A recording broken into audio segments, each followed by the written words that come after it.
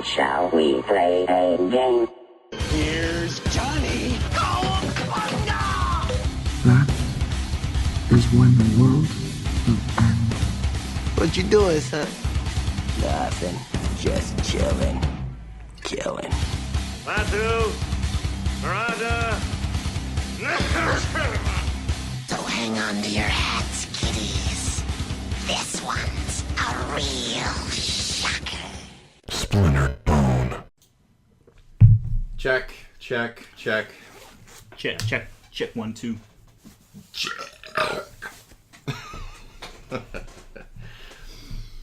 All right, everyone. Welcome to episode 7 of the Splintered Bone podcast. Today we are changing up the actual formula of the podcast, and I have an actual, I don't know, what I'm a person. sidekick, I'm not a sidekick. a useless producer. I'm the useless producer. Yes, I am definitely that. I've been wanting to do a podcast with an actual physical person for so long now, and I've tried it just about every way. I've tried it solo. Mm-hmm. I've tried it with another person online. That was kind of shit. And so what was the problem with the online? Was it just the disconnected? They were in a different place, so it was hard to get connection going? Yeah, it's like you can't have the same bond or formula that you have with someone that you've known for a long time. That's true, yeah. And someone that you know personally. Even if I didn't know you as well as I do know you, we would be able to bounce each other ideas off of each other a lot easier than it is when you're on a computer screen. You don't know each other's body language. You're talking over one another. It's definitely weird. Yeah. I agree with that. I don't like talking on the phone. I don't like talking on Skype. So I completely agree with that. Yeah, Skype is an interesting thing. I don't know. Like, I need to see a person physically. And like you were saying, the body language and all that. It's exactly what, and that plays in perfectly. It's like a perfect segue of what we could talk about for the first topic, and that is split screens. Oh yeah, okay. The split screen of just hanging out with a friend, and you put in a video game, Call of Duty, Modern Warfare 2, and you just two guys hanging out, and let's split screen it. Maybe you do no scope or something like that. Yeah, or the days of when we didn't even have internet. And we were still on the Nintendo 64 that's right over there. GoldenEye, right? That's the first thing that comes to mind when you say that. I think that was everyone's go-to game for the 64. Oh, so much fun. And then you always try to switch it up, maybe put like cardboard between the screens so you couldn't, Yeah, I have seen, I've seen videos of people doing that. Yeah, we did that as kids. We try to put cardboard between each other and all types of different things. I've seen people get really creative where they've like daisy chained like 5 or 6 different N64s together, and daisy chained them so they can be in separate rooms but playing on the same game. Oh, I haven't seen that. Yeah, so they're not cheating off of each other's screen. That's pretty involved though. Yeah, that's like tough. Bored college students or something. Yeah. Good MIT. job for innovation. Yeah, I'd be the guy there that'd be like, "You done yet?" Yeah, exactly. I'd be like, you know what? I'm fine with the old way. Yeah. If you're going to make me do all this work, no. Exactly. It's like an old board game. Those ones that took forever to set up. Oh, yeah. Like Dungeons and Dragons or Heroes Quest. Yeah, Axes and Allies. I don't know if you ever played that. But if it was any game, like Mousetrap, anything. It took like 3 hours to set up, and then by the time you're done setting it up, you're done with the game. Yeah, I'm like, fuck it. It's not fun anymore. So what about split screens? What's going on with those? Well, I read an article that the new games, I haven't bought any really new first-person shooters or anything like that, but I read an article that said the new games don't have that split-screen option, that because it's all online and multiplayer, that they give you the option to play with a friend that way. And then I heard another opinion of, well, if it was split-screen, then you don't need to have 2 people buy the game, because there would be 2 people playing the game, together in the house. Whereas if it's not split screen, then you have to buy 2 copies of it, 2 different systems of it. That was one theory of why they're doing that. But why would they get rid of split screen? It doesn't seem like it would take that much more resources to have. It wouldn't. It would literally be an extra line of code, and you would have split screen in there. Yeah. I think so why get rid of it? I think the theory is correct, where they want you to buy more copies of the game. It isn't like... How many people, though, would be like, you know what, I'm not going to buy the game because I can go over to Bobby's house and play split screen. That never happens. I mean, split screen is there for when you're hanging out with a friend. Yeah. And you just happen to be in the same room, you know. Usually, these kids both now going to own copies either way. But nowadays, kids are so spoiled. Like when me and you were a kid, we would be lucky if we had one console in the house that you had to share with brothers or sisters or whatever.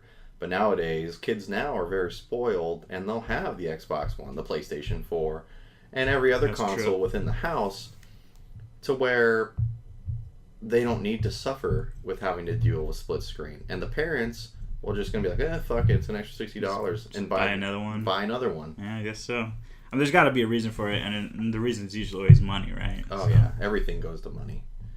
I wouldn't be surprised if that was the reason. Like the giant. I don't know if you heard. Like this was the year of loot crates, and the loot crate controversy. Oh, loot crate. Yeah. Oh, I don't know much about Loot Crate. It's like a subscription based thing that. No, it's almost like the Diablo model when Diablo 3 came out, and everyone hated it because you could just pay to win like a mobile game. Right, I had Diablo 3 and I got rid of it. So they tried to implement that with the new Star Wars game, that Battlefront 2 game that came out. Oh, because EA. Yeah, of course. And so they implement this, and people are able to just buy their way throughout the entire game. And they basically also made a gambling system to where even if you buy these loot crates, you're not guaranteed to get anything. Gotcha. So it's almost like a booster pack and a fucking cards that you would get at a comic book store, hoping you get a holographic card. Gotcha. Yeah. So you buy your pack of baseball cards or whatever, trying to get that special or that rare card if you had played Magic or Pokemon or whatever. That rare card is the same type of concept, but now with video games. Exactly. I did not know that. Okay. Yeah, it was such a huge controversy that Disney got involved because they didn't like that EA was tarnishing their Star Wars brand with this shit. Right. And they had to pull everything back, and then EA gave out this like really bullshit apology.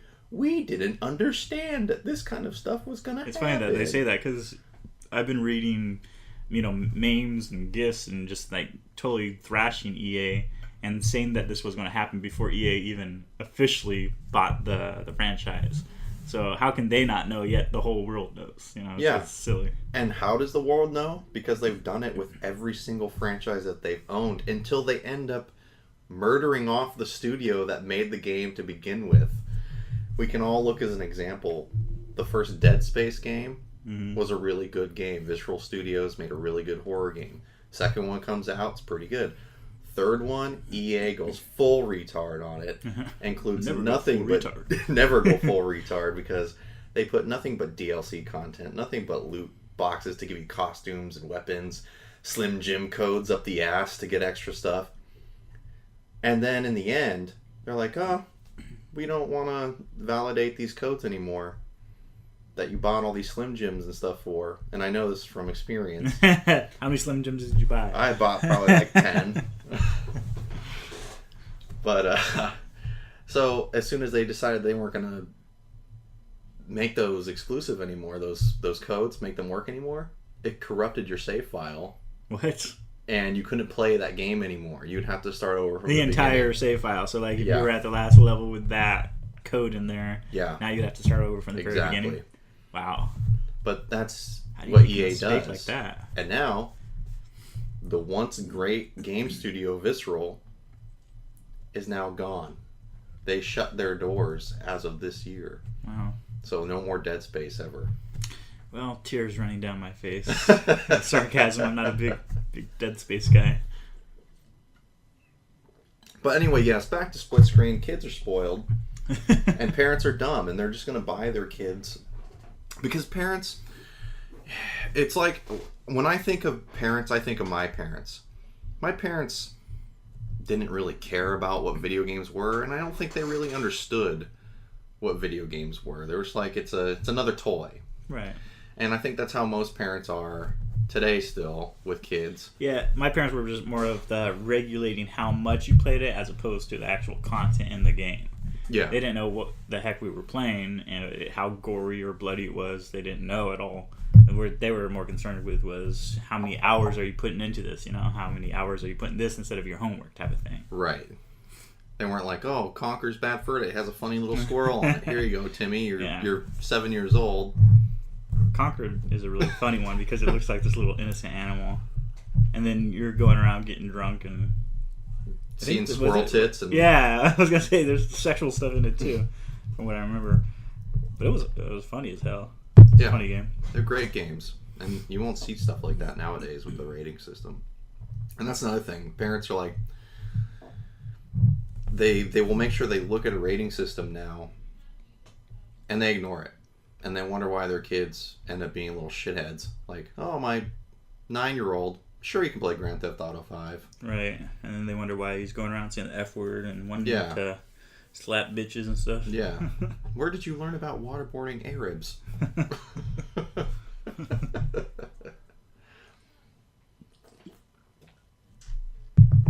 The dead silence every once in a while is just us drinking. They'll hear it. They'll hear every gulp. They will? Yeah. So it'll pick up that too. Oh, yeah. So, with all the gaming topics that we have chosen today, we also wanted to jump into, because most of you know that I do the YouTube channel based around retro video games, but I also play a lot of modern games. And the last 3 to 4 years have probably been the most stagnant I have ever been when it comes to consuming modern games. I would say so too. I think the last game that I bought in the 3 years is XCOM 2. And that was just about 3 years ago, I think. Yeah, and I find myself buying remastered games of games that I liked and not buying it's so new dismal out there. IPs. Yes. You're just buying the same game, but to make it Yes. look nicer. Yes. I bought the BioShock collection series. Well, that's a good one to get. The Batman Arkham and right on. Asylum. And Resident Evil 4 for the 100th time, it feels like. I've owned Resident Evil 4 on just about every console except for the GameCube. That's a lot. I own it on Steam, Xbox 360, PS2. Did you play it on all those? PS3, PS4. Have you played it on all those systems? Yes. That's how many times you played it? Yes. Well, And how many times I played Resident Evil 4 so much on PlayStation 2, that and Tony Hawk Underground, that I warped both the discs. Because I would play them so much. Got so hot, it just started... Yes. I can't do hand movements, they can't see that, huh? No, they can't. For those of you who can't see it, Brett was doing a shattering thing of a disc. It was a warping disc. It got so hot that it warped. Like, They still can't right? see that. Yeah. Just imagine you throwing a disc into a microwave and what would happen. Exactly. But because of all these new games that I've seen that are coming out this year, I'm pretty excited. Especially for horror games, because horror games have definitely been lacking in the last 3 years. And people think Evil Within is like this super new, awesome franchise that's out. And you've seen me stream it before. And back, when was that? The Extra Life event, like 3 years ago. Yeah. Those games are crap to me, the Evil Within one.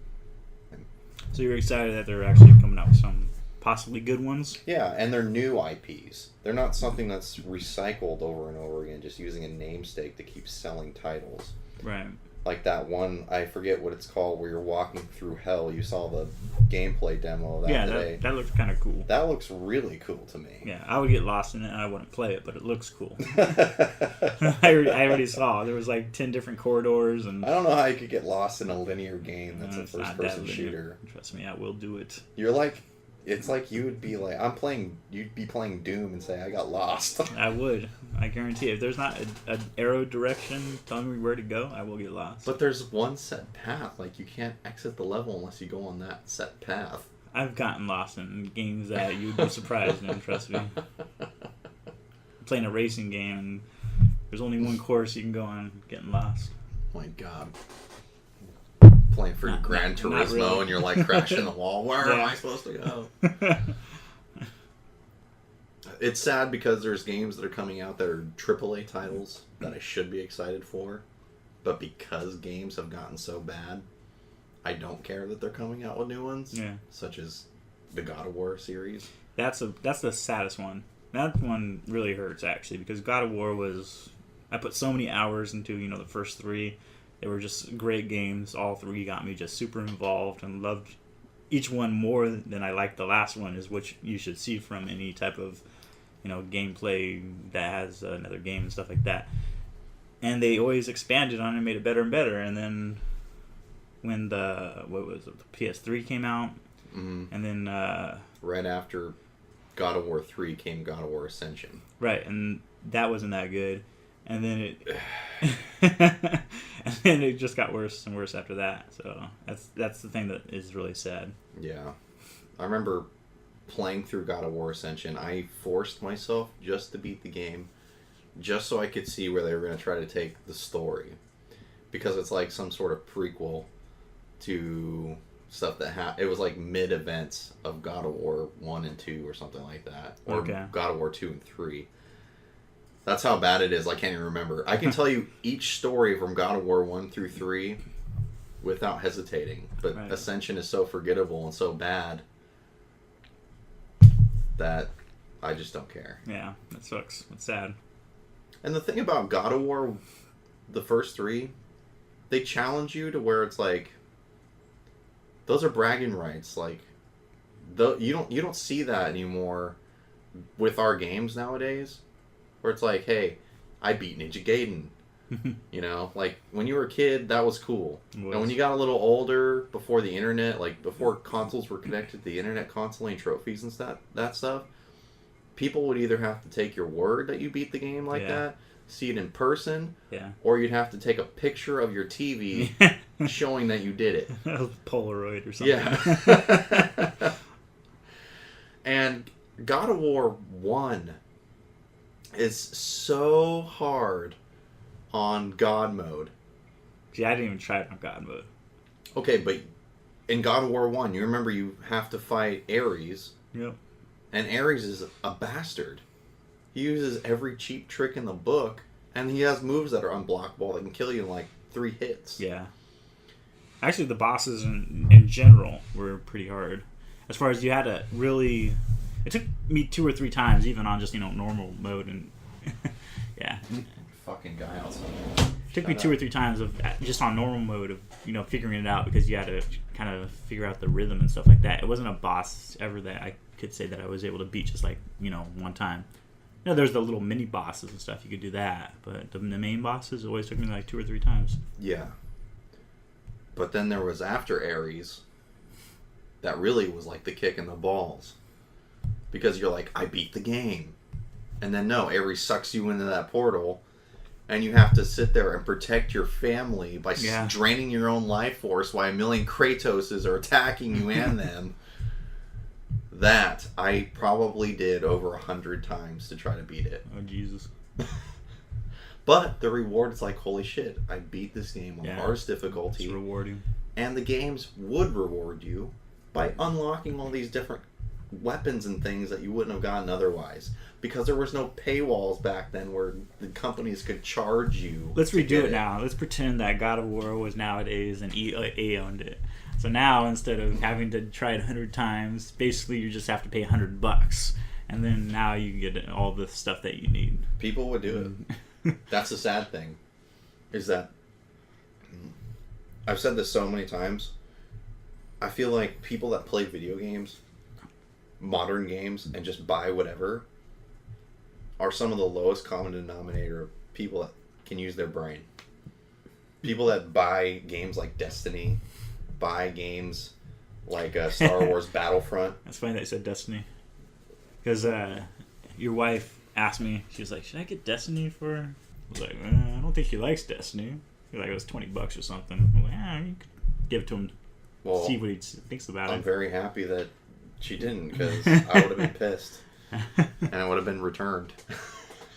But that's the thing, you don't expect your wives or girlfriends to know anything about games.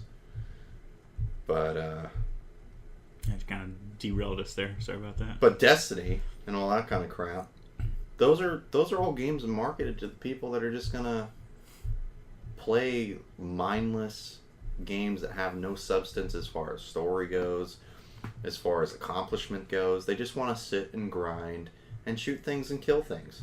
Yeah, I can't knock them for it though. Maybe they got home for a hard day of work or something. They don't want to put a lot of time into the game. They just want to shoot stuff and destroy it. I can't give them a pass because we come from hard days at work, and we would put in, if we're talking about modern games, Call of Duty Modern Warfare 2, and we would play an hour in those side op missions together, and those were hard sons of bitches. Yeah, they were. But we had a lot of fun doing it. Especially that fucking Juggernaut mission where they throw like 20 Juggernauts at you. That's the exact mission that popped in my mind when you said those were so fun. They were fun. They were really fun. But you don't see stuff like that anymore. Well, you can't play that anymore because we were talking about earlier. The split screen is gone, right? So you can't even do that now. That's true. But I know we kind of went off the rails. Yeah. We went into what were we talking about? Most anticipated. Oh, yeah, it's the most anticipated. Okay, so let's just go with... well, you said there was... You never actually... You said one horror game that you're looking forward to. You just said in general. Well, I'm looking forward to that horror game, the Hell one. The Hell one. I don't know what it's called. We don't even know the name of it. And Death Stranding. Death Stranding by Kojima. Oh, yeah. That got me interested in it. It looks like something that I like to watch. I probably wouldn't play it because it looks like something that would be kind of too involved for me. But this is coming from the guy...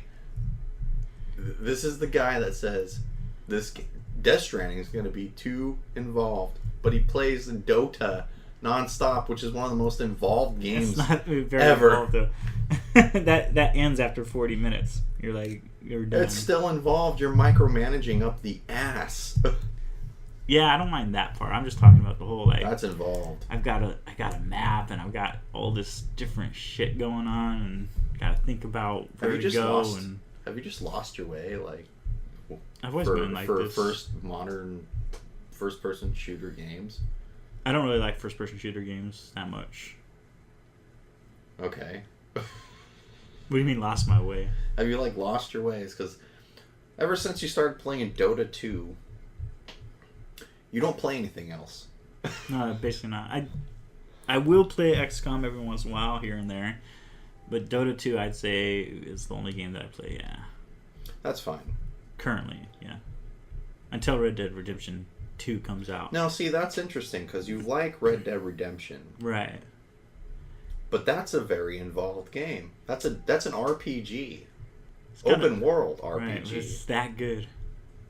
It's that good. I will overcome all that shit that usually drives me away from a game because it's that good. So if a game that is like that has an open world and I can get lost and not know where I'm going, if it's good enough. But you hate Fallout. I hate Fallout. Why? And Skyrim. Just because they're awful games. That's why. I don't think I know millions are going to disagree with me on that.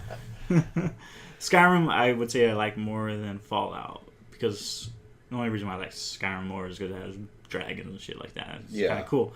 But Fallout, nothing about it interested me at all. Mm-hmm. I was walking around killing some type of weird rat and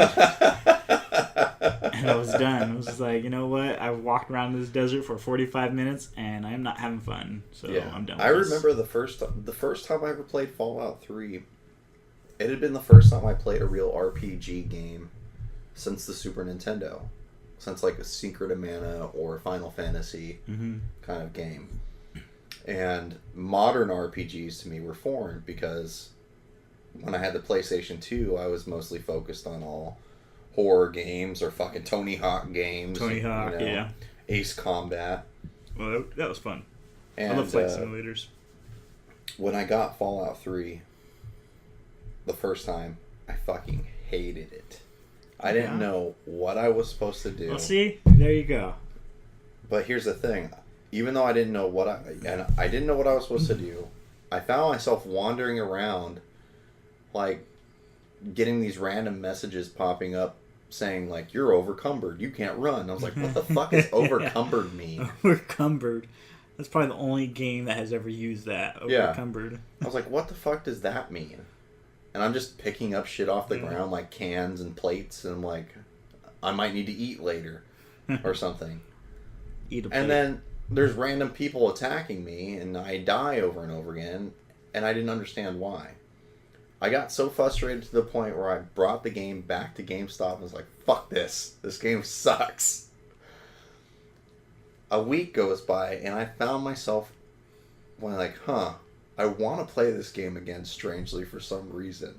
Even though you brought it back. Yeah, even though I sold it back to GameStop.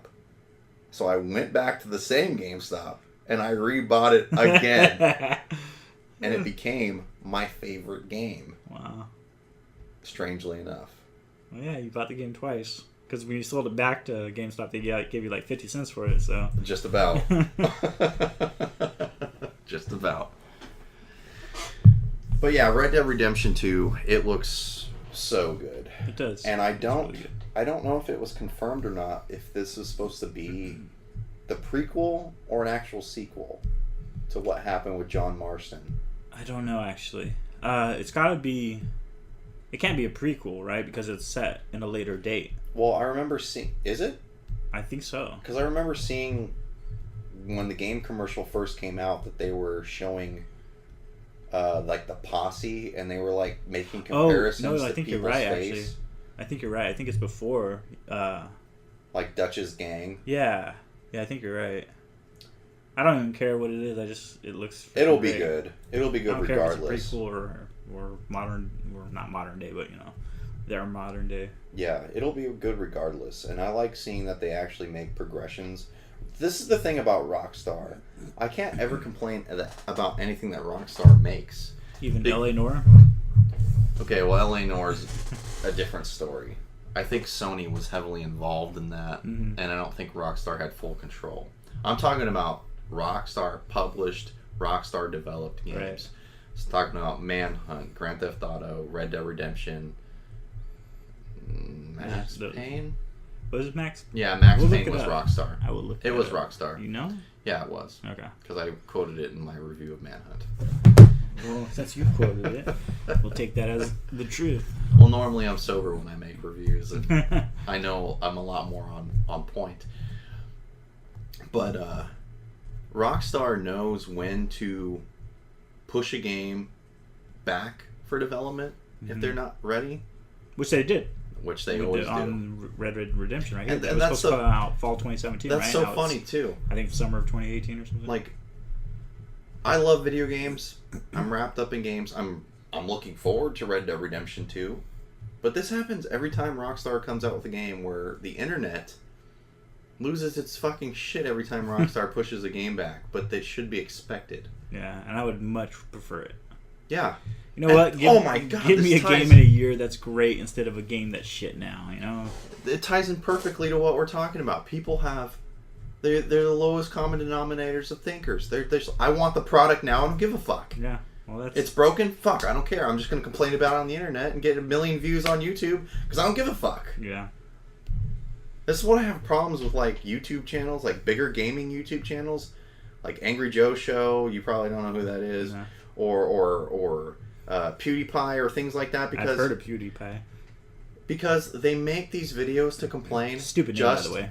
for views. Oh yeah, it's fucking stupid. It's all stupid. It's all stupid. Anyone that... Wait, PewDiePie does game reviews? Well, he makes game-related videos. Oh, I didn't know that. That's how he got famous. I thought he was just a YouTuber that did stupid stuff. I didn't know it had anything to do with video games at That's all. how he got famous. Did not know that. Yeah. A lot of people don't know that. You know, I pointed that out to old people at work. And I'm like, hey, do you know you can make a living off YouTube? You can.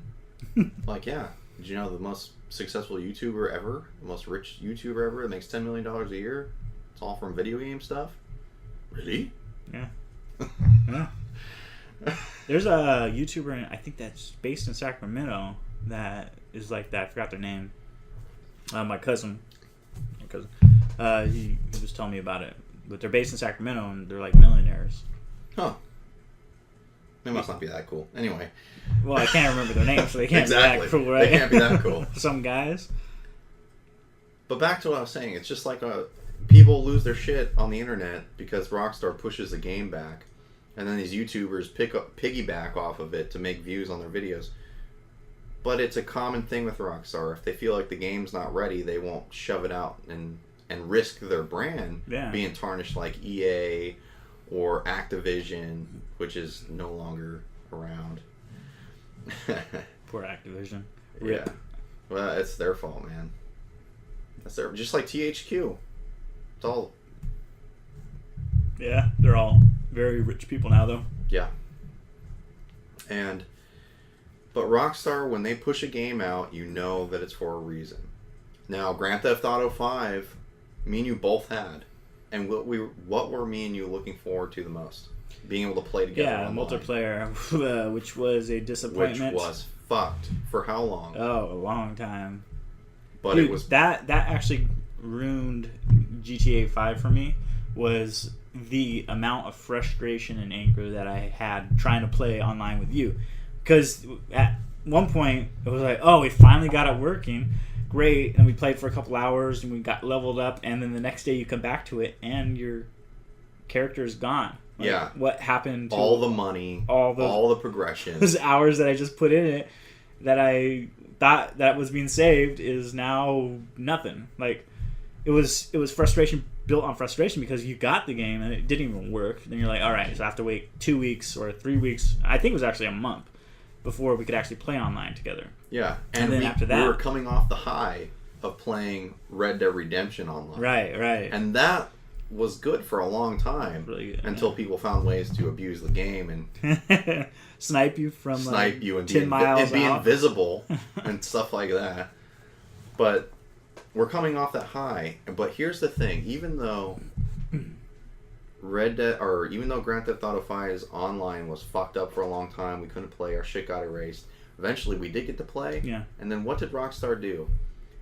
They apologized to the people and they gave you a bunch of stuff, yeah, too. they checked the server to see who bought GTA on release, and then they instantly transferred like all this money into your account. Yeah, I think for those started off with like $1 million. Yeah. It was something crazy. Something really impossible to get that would take forever. Yeah. But that's what Rockstar does. Well, that's what any company that cares about their customer does, right? It's like, we effed up, and you are being a loyal person by buying our product. It's our fault. Let's make this right. Yeah. So that's what any good business would do. You go to a restaurant and they F up your meal or whatever. You get a free dessert, or you get free drinks, or something like that. That's what Rockstar did. And for the name Rockstar, it should be like the ones that don't give a shit. Right. But they're the ones that give the most shit. Electronic Arts really are the ones that don't give a shit. And they'll shit on you every second they get because they think you're a drooling idiot, because most people that buy their products are drooling idiots.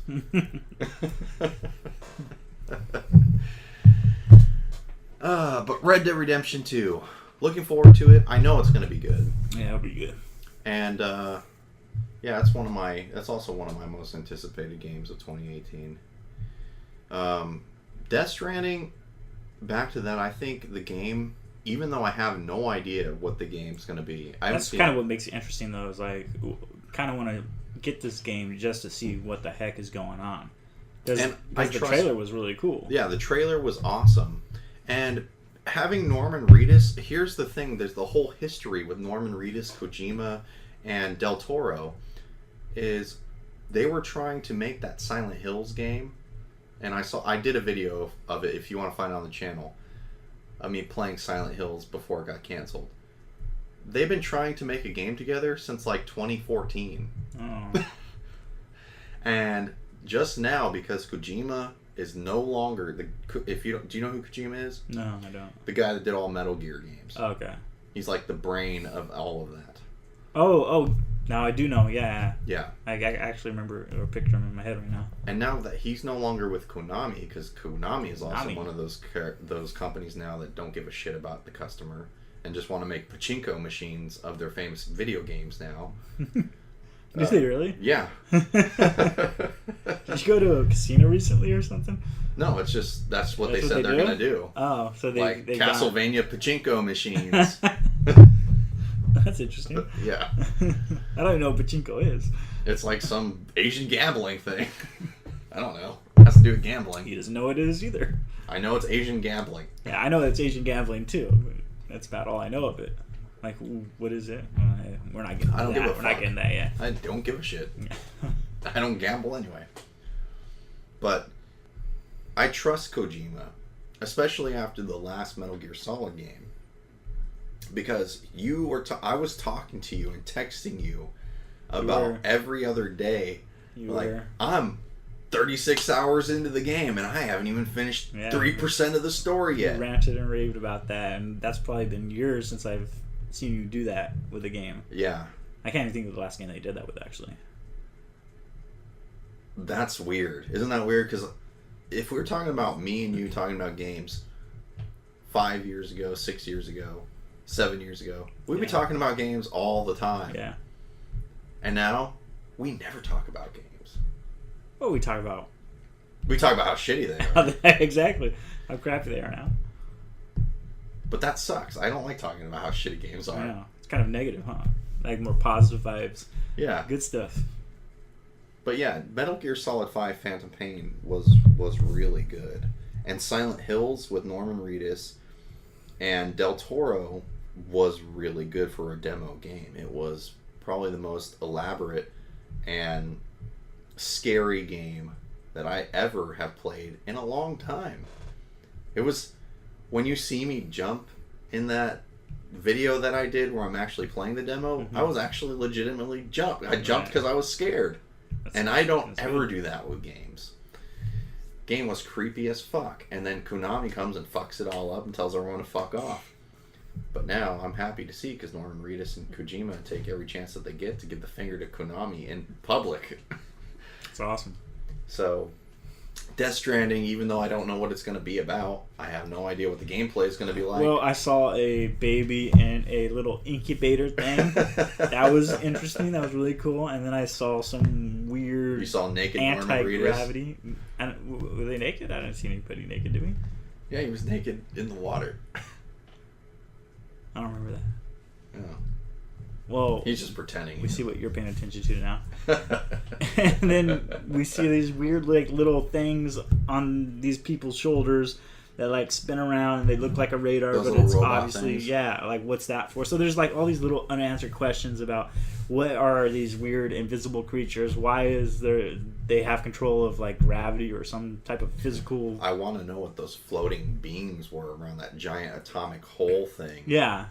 I mean, there's just all these unanswered, interesting questions. Not just like, okay, this is I've seen this before. A bunch of dumb crap. Like I've never seen anything like this before, and it was like, yeah, this is really interesting, and it's like a movie basically.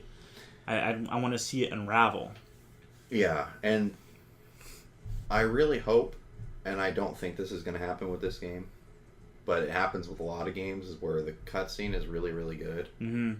And the gameplay and it reflects nothing of the game. Yeah. That's my biggest. We saw it with Alien Colonial Marines. We see that with tons of games, is where all they do is show you cutscenes of their, highly produced, cutscenes, and it's nothing like the gameplay, and they don't show you any of the gameplay in the trailers or anything like that. They just show you cutscenes because the actual game sucks, and that's something that really pisses me off. Yeah. To this day, is like, that's what I'm worried about, because we were watching a commercial for that new. It wasn't like that though. Like back when I was a kid and things like that, when there was a commercial for a video game, they showed you gameplay. That's all they showed you. Because back then there weren't many cutscenes. Back then with Super Nintendo or Sega or whatever, they would show you the gameplay, because what else were they going to show you? A cartoon? Yeah, that's true. There weren't those dramatic cutscenes as they have now. Yeah. Video games are starting to look so realistic now, where it's hard to tell the difference between the computer animation of a cutscene and what's actually going to be in the game. Yeah. And unfortunately, there's so much. Like, I'm skeptical, you're skeptical, and a lot of us are actually skeptical because time and time again, game companies have fucked us. Yeah. With the cutscenes. Killzone, like the latest 3 Killzone games were all shit because all they showed were cutscenes and the gameplay was garbage, which is so sad. It is. And that ties into our next topic. What is that?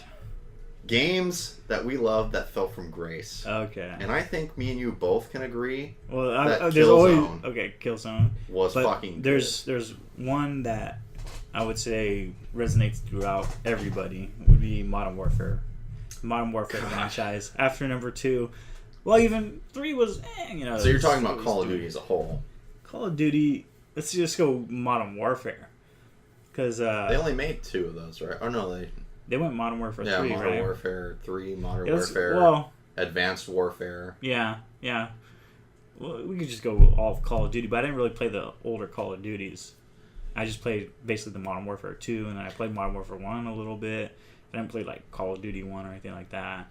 So I would we say, don't have to go back that far, but Yeah. yeah, Modern Warfare 2 was that was the biggest the fall from shit. grace for me. Yeah, it was the game that got me back into a console. I didn't have a console besides my old PlayStation 2, I think, and that's what got me to get Xbox 360 was to get Modern Warfare 2. Me Yeah, too. and we it have was well one worth summer. it too. We have one summer that we dubbed the Modern Warfare 2 summer Yes. because it's all we did every single day. Every day for hours a day, and it was awesome. It was so fun, and it's so sad because we haven't relived a summer of playing a game like that ever again since then. Nope. And that was how many years ago? How old is Ellen right now? That was like 2013, maybe 2012 actually. Not 2012. It was even earlier than that. dude. It was 2011. How old is your daughter right now? She's 8. So it was close to 8 years ago. Yeah, 2011. So even earlier than that, maybe halfway through 2010, actually. That's so crazy. Yeah, that's how long it's been, man. Nearly a decade of us being disappointed by games. Yep. Yeah, because that was the game that really got me back into a console again. Because I was basically just like, I'm kind of done with it all. Kind of done with video games. I didn't play video games at all, really, very much at the time. And then I played Modern Warfare 2, and I was just like, holy crap, this is so cool. Like, it looks so cool. The gameplay is so fun. Yeah, the multiplayer is awesome. Like, I didn't have the a complaint. perk system was solid. The perk system was great, dude. That kept me playing that for hours and over, just trying to get all your classes, because you wanted to make your special classes. And you're like, if I could get the dual wielding. If I could pythons. if I could get those, it would be. I could put that with lightweight, and then put that with ghost. Whatever the fuck. Ghost. perk. Ghost and whatever. Light you want. step or whatever the fuck it was. Lightweight. I think man, it's been so long. Yeah. So, I mean, just building your classes was super fun. And then it gave you a reason to keep playing the game, to unlock different perks, so then you can build that into your class. And I honestly don't think I got any better because of the classes I built, because everybody else was doing the same thing, But it was fun to do it. It was fun to Everyone do it. had that stupid one-man army thing, especially on the Rust level when it was over. Bad. But they got rid of that. Still, it was, even with that, even with the little bug, like one-man army or something. And you try so hard to get that atomic nuke, and you never get it, and then some jackass would get it, and then it's like, fuck! Yeah, I mean, I was never really good at getting kill streaks, but when I did, it was a great time. And you get that sentry gun or that attack helicopter. I loved the sentry gun.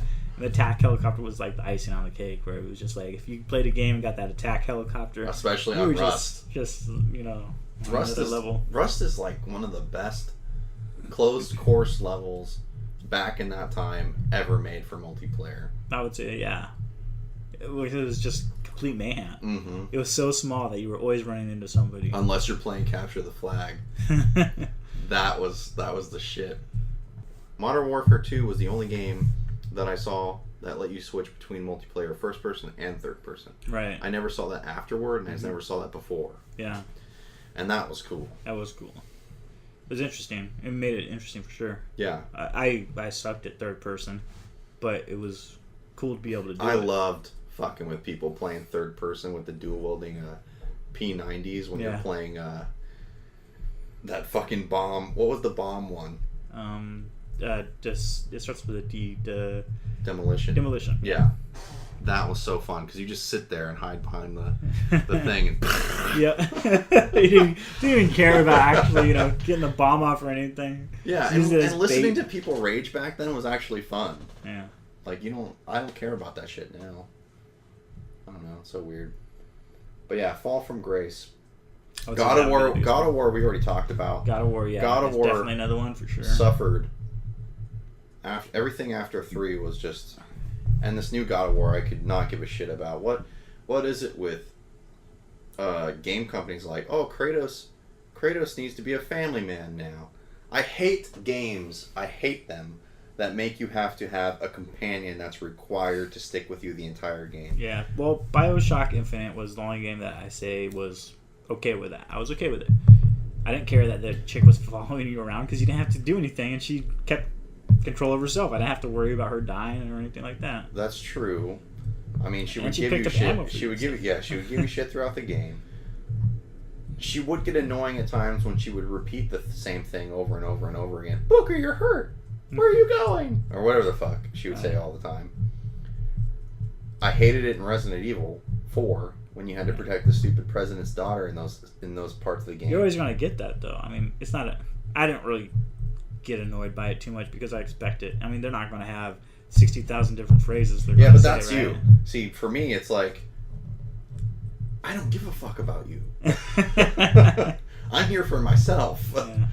I'm not here to protect you, even though my character his whole mission here is to protect you. That's the whole reason he's here.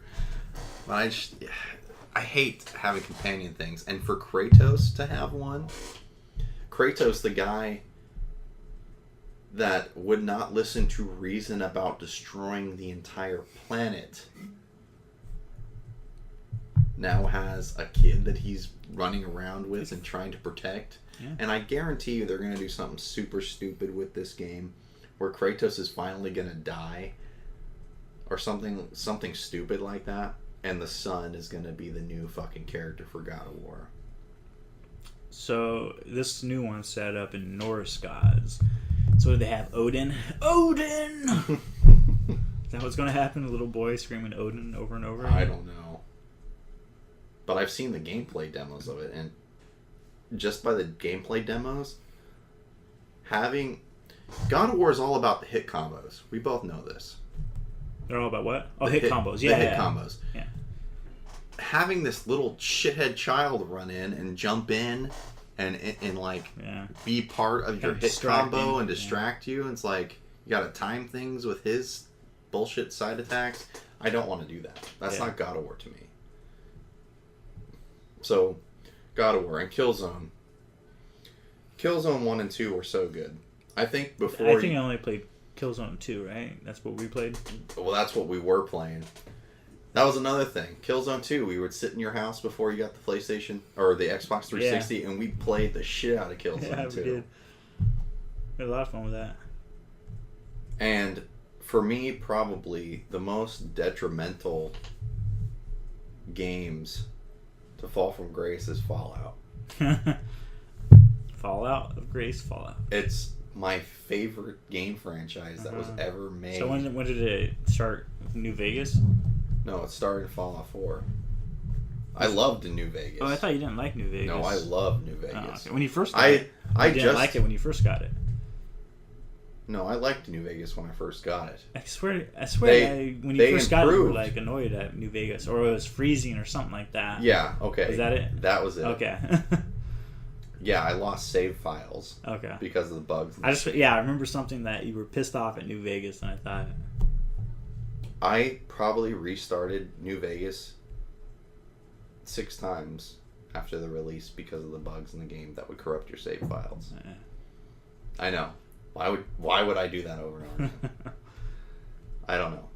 I loved it that much. But Fallout 4 was so bad. You have an RPG where everything's based off a story. If you don't have a game with a story, then what do you have? You have nothing, essentially. Basically, yeah. You're just grinding away. And I was basically feeling like I was playing Destiny the whole time. Well, you've never played Destiny, so how could you I say played that? the Oh, you Destiny have? demo when it came out. I don't know what Destiny is really. I just know that It's nothing but grinding. Shooting stuff it's and all grinding. online, isn't it? It's basically just a multiplayer game. Kind of like Basically. Titan. Yeah. Oh, God. Yeah, Titanfall. That failure. That's so funny. It's All sad though those because games, like Titan actually kind of sounds like a cool game as far as like you got this big old mech warrior. Doesn't thing. sound cool because we already got games like that called Lost Planet. Yeah, that's what it is. And those were good. Lost Planet was great. That's another game we played a lot.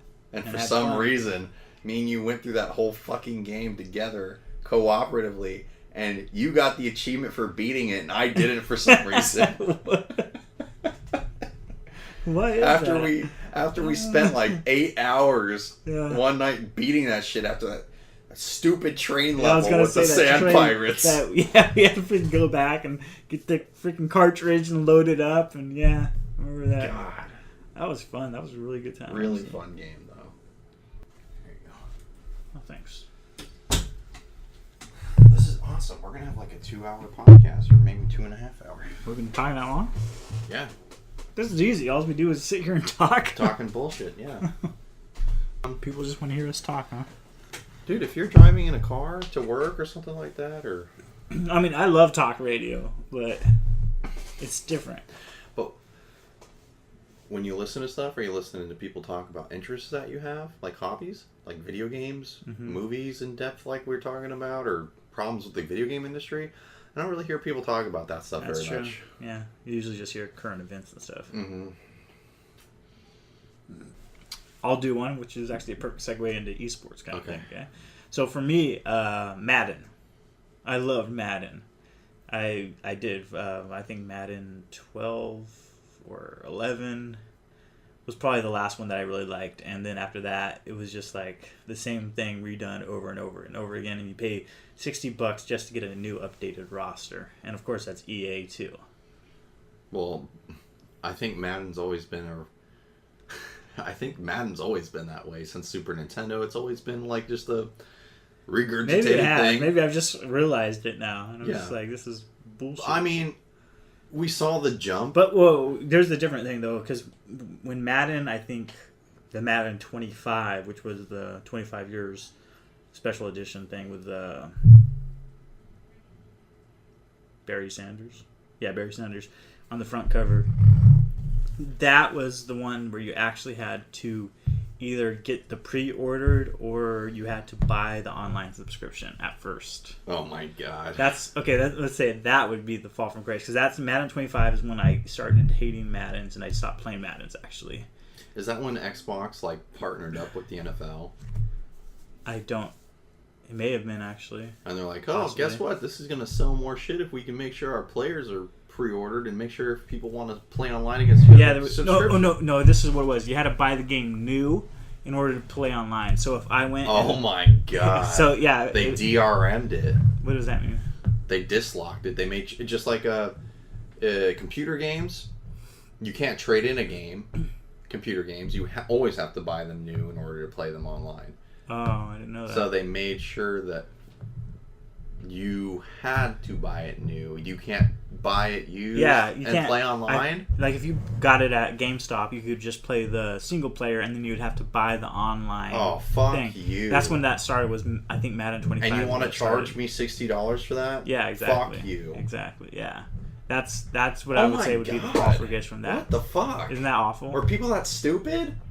I don't think so. I don't think many people did that. Like the people that are going to play Madden bought it new and then just played it. You know. What happens to Joe Schmo that comes in the week of and wants to buy the used copy? Oh, he's fucked. And he pays the fucking $55 and not the $60. Right, and then he has to pay extra like $30 to get the online. Fuck thing. you. Yeah. Yeah. So I would say Madden 25 was the fall from grace for that. That's fucking retarded. Yeah. I can't believe I didn't hear about that. That sounds like something that would have made fucking like headline. Well, it probably did make headlines. I think after that they discontinued it. I don't know if they continued it on with the other Maddens because I remember hearing something about them stopping doing that. But I remember when I first got it, I was just like, really? I bought it new, so I didn't really care that much, but I thought it was stupid as hell that they were doing that. Yeah, it's just like pre-orders. It's like, what's the point of pre-ordering a game? There's no point of pre-orders. Pre-orders are the stupidest thing ever. Yeah. Back in the day, pre-orders, like, when we were kids and earlier on, pre-orders meant something because the game would actually sell out from the store if you didn't fucking pre-order the game or the toy or the fucking electronic item from fucking Radio Shack. Your alarm clock that you pre-ordered would get fucking sold out that had the fucking CD attachment if you didn't fucking pre-order that shit. Well, now with games too, there's a lot more digital copies that are sold and things. So I've never in the last 15 years had a sold out game that I went and tried to get and it was sold out. Me neither. And that's the thing. People, the term pre-order, I don't even understand why they still call it that, because they should just call it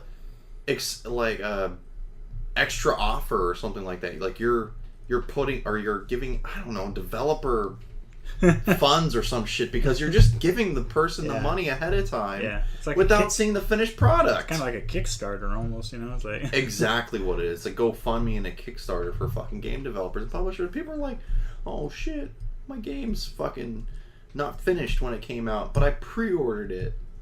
And that's the thing that really made me stop pre-order. I pre-ordered Grand Theft Auto 5, and I think that's what made me stop ever pre-ordering again, because I pre-ordered a game that wasn't done. And I was just like, whoa, wait a minute. I only pre-order games, and the last one I pre-ordered was Fallout 4, which I won't do with Fallout 5. But the only thing that's acceptable that I will do for pre-orders is if I'm getting a physical product with the game. Mm-hmm. Like the fucking collector's edition or the Pip-Boy fucking thing, or a toy, not a poster, a physical product, like an actual something that has to represent the game that I like. A toy, whatever. Gotta have a toy. Yeah, a toy. Collector's edition, something, a poster or something. Yeah. But costume packs and fucking skins, aesthetics. Yeah, aesthetics. I don't give a fuck. And Star Wars, I like aesthetics, but yeah, Star Wars, that's the thing. The like pre-order incentives are like dance moves that your stupid character will do at the end of a fucking match. Yeah, that's hilarious. Yeah, and people are dumb enough to pre-order a game for that. It's like it almost reminds you of like Modern Warfare 2 when people would prestige. Yeah. Just to make sure they had the little prestige button. The little, but you little lose, star. Yeah, a little star. But you lost everything. Yeah, I remember the first time with Prestige, I was like, whoa, not worth it. Not worth it at all. Not worth it at all. Why did I do that?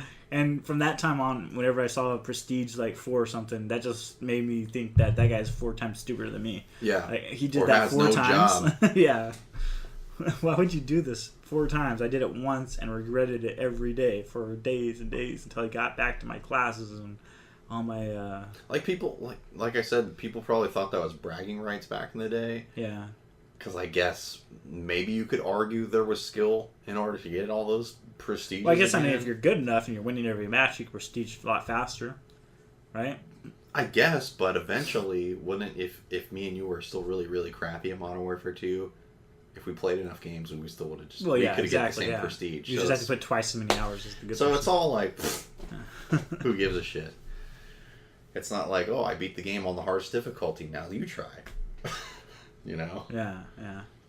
Is Madden a game actually based on skill where people should get paid for it?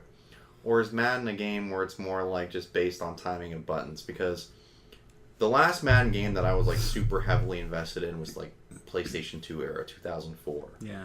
And there's a lot of bugs in those older games though, because like you do a screen pass 20 times in a row and get around the defense every time.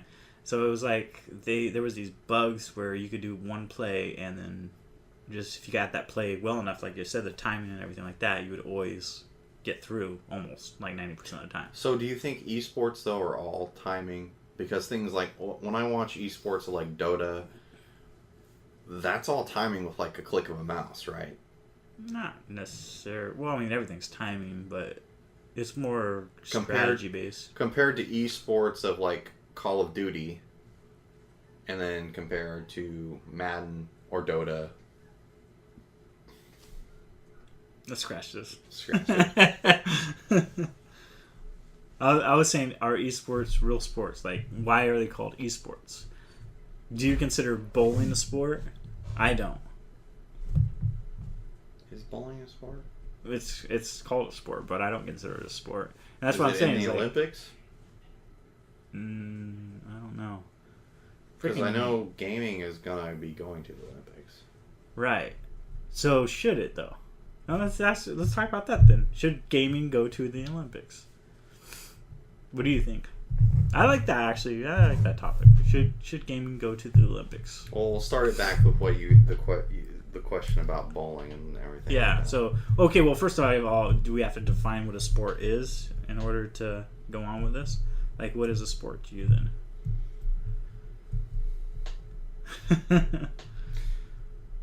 So there's a lot of controversy that I see on YouTube, and a lot of controversy I see online of people, especially with the rise of esports. Right. And the Olympics. I love esports myself, right? Like So do I. I spent a good week and a half, probably 5-6 hours a day for a week and a half in the summer watching the Dota, like big international championship.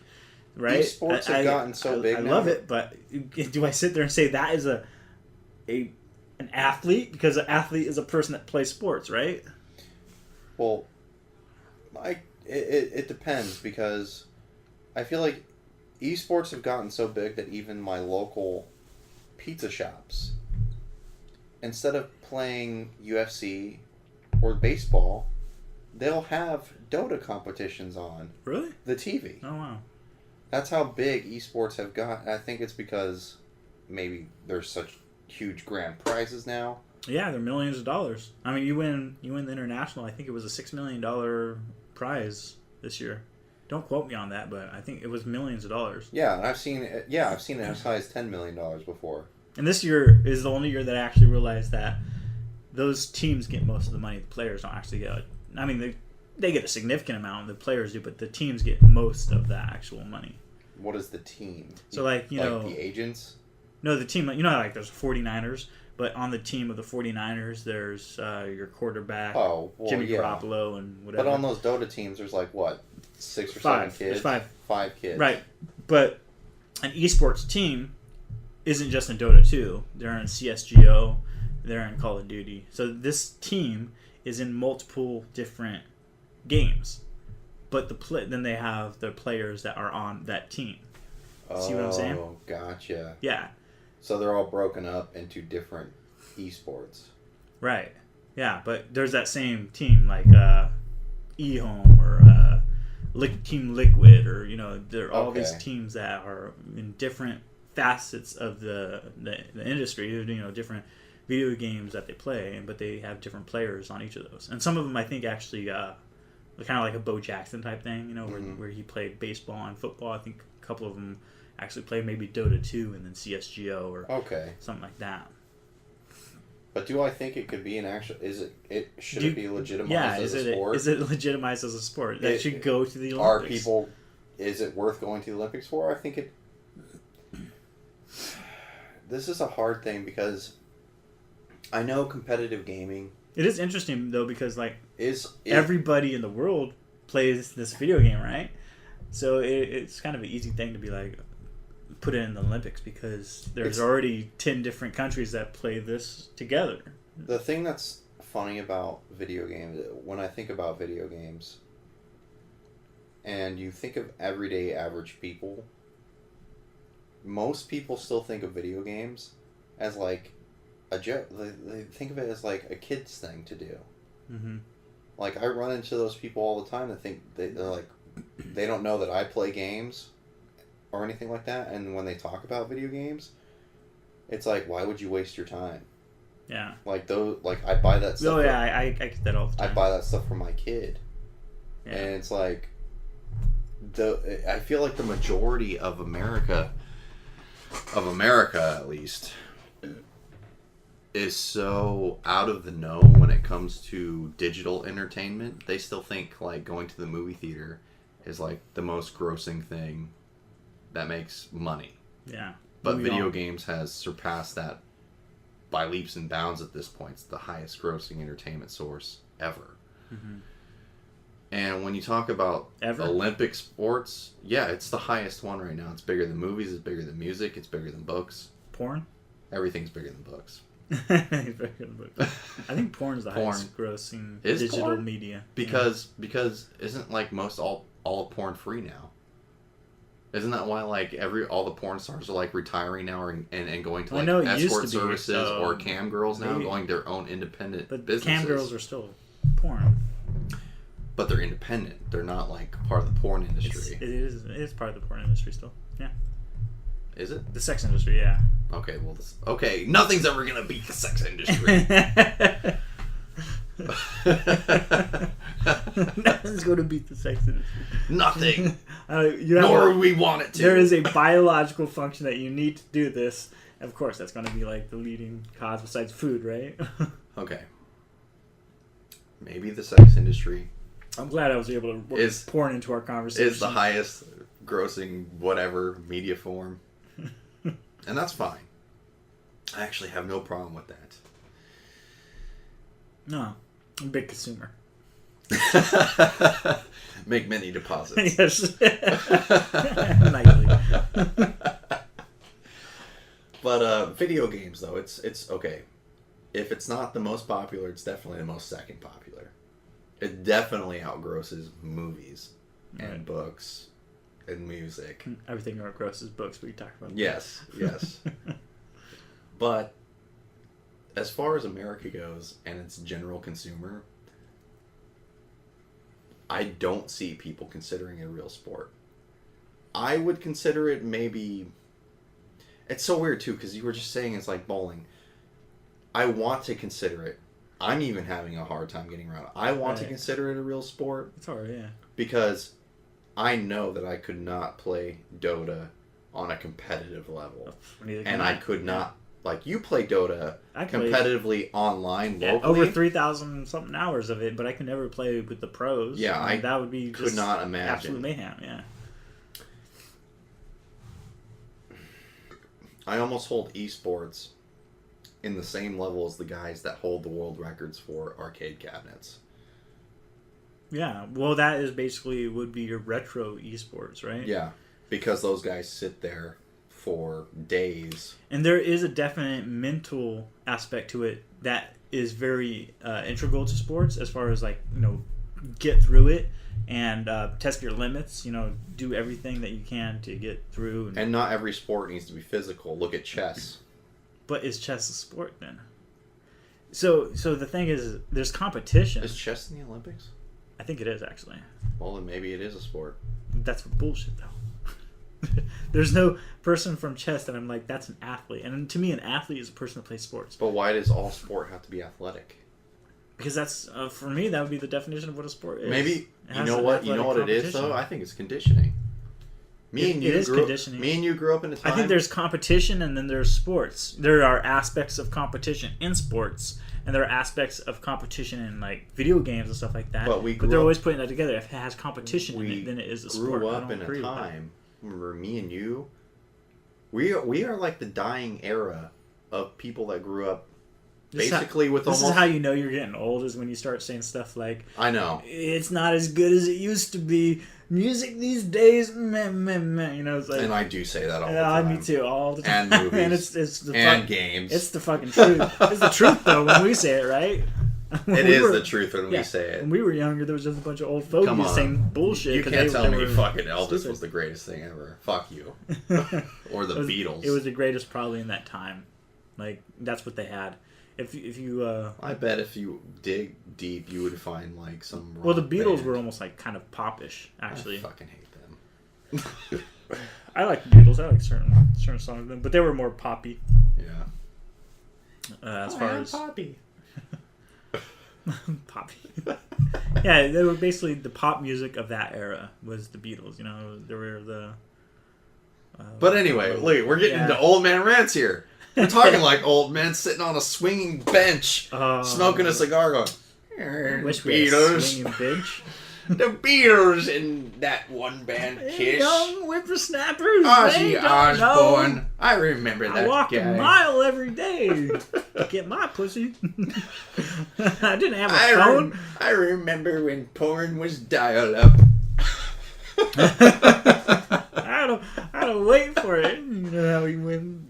Yeah, When for it to pixelate. How did you explain that in words? How it would go like that? Porn on dial-up. Imagine you're looking at a picture and you have to wait 1 minute for a line of a picture to appear, and every minute it would scroll down in front of you, and So you're like, finally you get the goods. I got half a nipple. Yeah, I'm good. Here we go.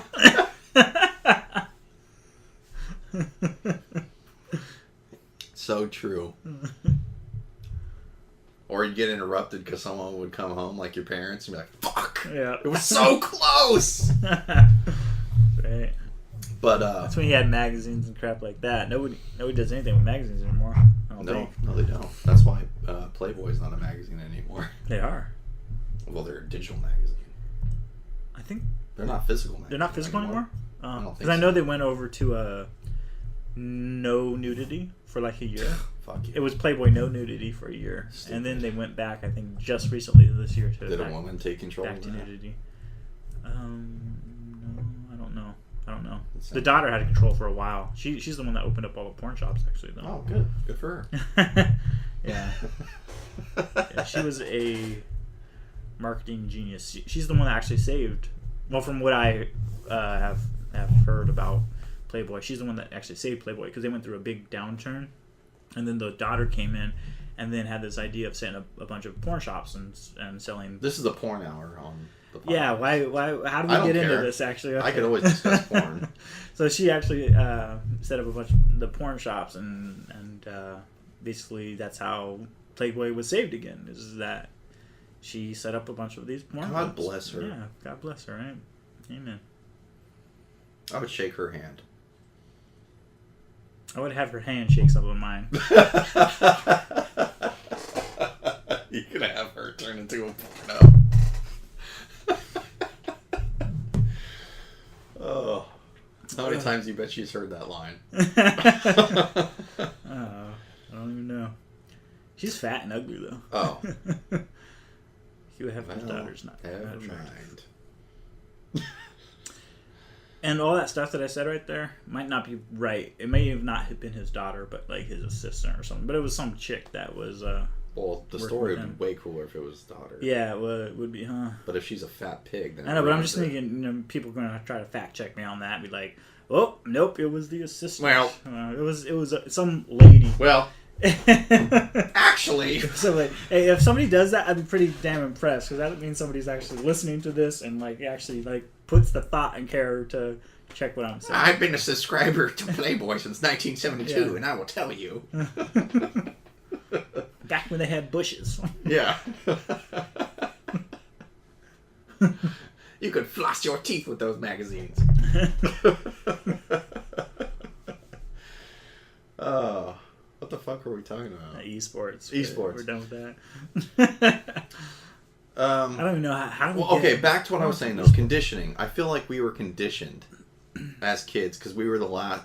I feel like me and you are like the last generation of kids who really did grow up without the internet. Yeah. We really did grow up without easy Imagine access. that, kids. We're young. We're older than the internet. Me and you are older than the internet. Yeah, it's true. Freaking crazy. Yeah, that is true. Like when I was learning stuff on computers, it was like the first Apple. Yeah. Playing Oregon Trails or something. Video games were not video games; they were word text, and you used your imagination. Like, go pick up sword. Error. Yeah, exactly. Bad commander, enter name. Yes. What? My name is Fuck Brett. you. Bad commander, enter name. I was like, what the hell does this mean? I don't know. Back when we were kids, a video game could also be considered using your calculator to write boob on it. Those were good times, man. Creativity at its best.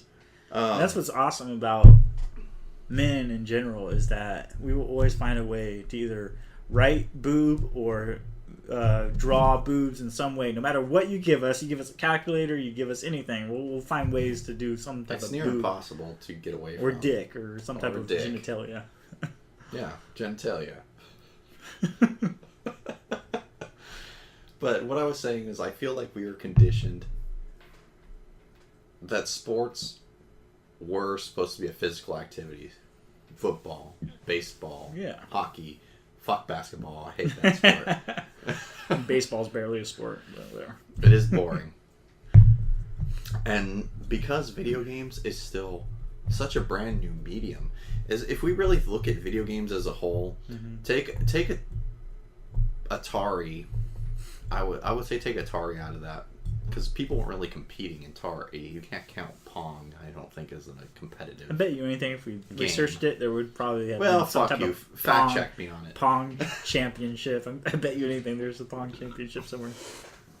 Hey, you can't discredit Atari. Frogger, that was awesome. I don't discount them. I discount them from the conversation of being an esport. As far as where it became a real mass, well, even Atari was pretty massive. Because when we're getting into games like on the NES, where they actually had fighting games, then the Super Nintendo, and then all of a sudden there was arcade cabinets everywhere, where we had Street Fighter and we had Tekken. I would say that was the best time in gaming when there was arcades. Like that's when games hit their peak, in my opinion. Yeah, there was awesome 90s, games on consoles, the and 90s and early 2000s. The most awesome games on the consoles you could go to the arcade and play. Okay, I'll say the mid 80s to the early 2000s was the best years for video games. Yeah. But those were also the years where the internet was like non-existent. Basically, yeah. You had your AOL and your Netscape Navigator. And... If we wanted to know like a code or a cheat to a game, it was like playground gossip. Yeah. Like I found a code where you could get Lara Croft nude in Tomb Raider. Really? Did that work? No, none of them. They were all jokes. Like the guy that created Tomb Raider would put out in magazines like fake codes for people to use. Oh, really? Yeah. When they put in the code, did something happen at all? Like no, I F you or F you. I don't remember the first time I ever saw a game say fuck. When was the first time I ever saw a game say fuck you or cuss on an actual big level? I don't remember. Grand Theft Auto. Maybe Grand Theft. Actually, yeah, maybe Grand Theft Auto 3 was probably. Even before that, they had Grand Theft Auto for the PC that I played when I think I was like 10 years old or something. Was there cussing in that one? I think so. That was like when it was vertical isometric, wasn't it? Yeah. And you're just controlling like a little car. No, it was the exact same thing, but it was just like River City like a Rampage. block guy image that just ran around, and he would get in a car and there'd be like text, "Fuck you." No, there was sound. Oh, was there? Mm-hmm. Man, that was way before my time. Yeah. Well, I didn't have a fucking PC back then. Well, that's all I played for a long time was a PC. Man, that's another thing. Not everyone had a fucking computer. Like most people did. We didn't grow up with it. Like I didn't have a computer in our house probably until I was like you see, my 5th grade. My uncle was a programmer. So wow. The first I know. Well, back then it was pretty big. You know, it was like my uncle was on the ground floor of when the computer thing hit. So he gave us a computer when I was like 5 or 6 years old. So I had a computer. Guy rich. Where's this guy? He's pretty. I mean, I think he's pretty well off now. Yeah, he had his own company for a while. If we need to get this guy to sponsor the podcast. You know him. You met him. I did? Yeah. He's gay? Yeah, his uncle too. What? Yeah. We need to get him to sponsor the podcast. Very cool guy. Very cool guy. But yeah, he gave my parents their first computer, and it was back in when I was like 5 or 6 years old, and I was playing. Do you remember Dig Dug? Yeah. Dig Dug was my game, dude. Played Dig Dug when it was first came out, probably actually. Probably. Playing Dig Dug when I was like 5 or 6 years old. I didn't play it until it came out to the console, the NES. Oh really? Yeah, it was out a long time before then. Yeah, it was really fun. Was it an arcade first, or did it come out on the PC? Oh, you know first? what? Now that I think about it, I was 83. It's probably 88 when we got the computer, so Dig Dug had probably been out for a few years then. But that's what I was playing. That's my phone. It's still hard for me to think as esports as a real sport because we were conditioned as kids to feel like... No, we get off on tangents a lot. Physical sports, that's fine. Because if you imagine... Tangents are fine. Whatever. Okay.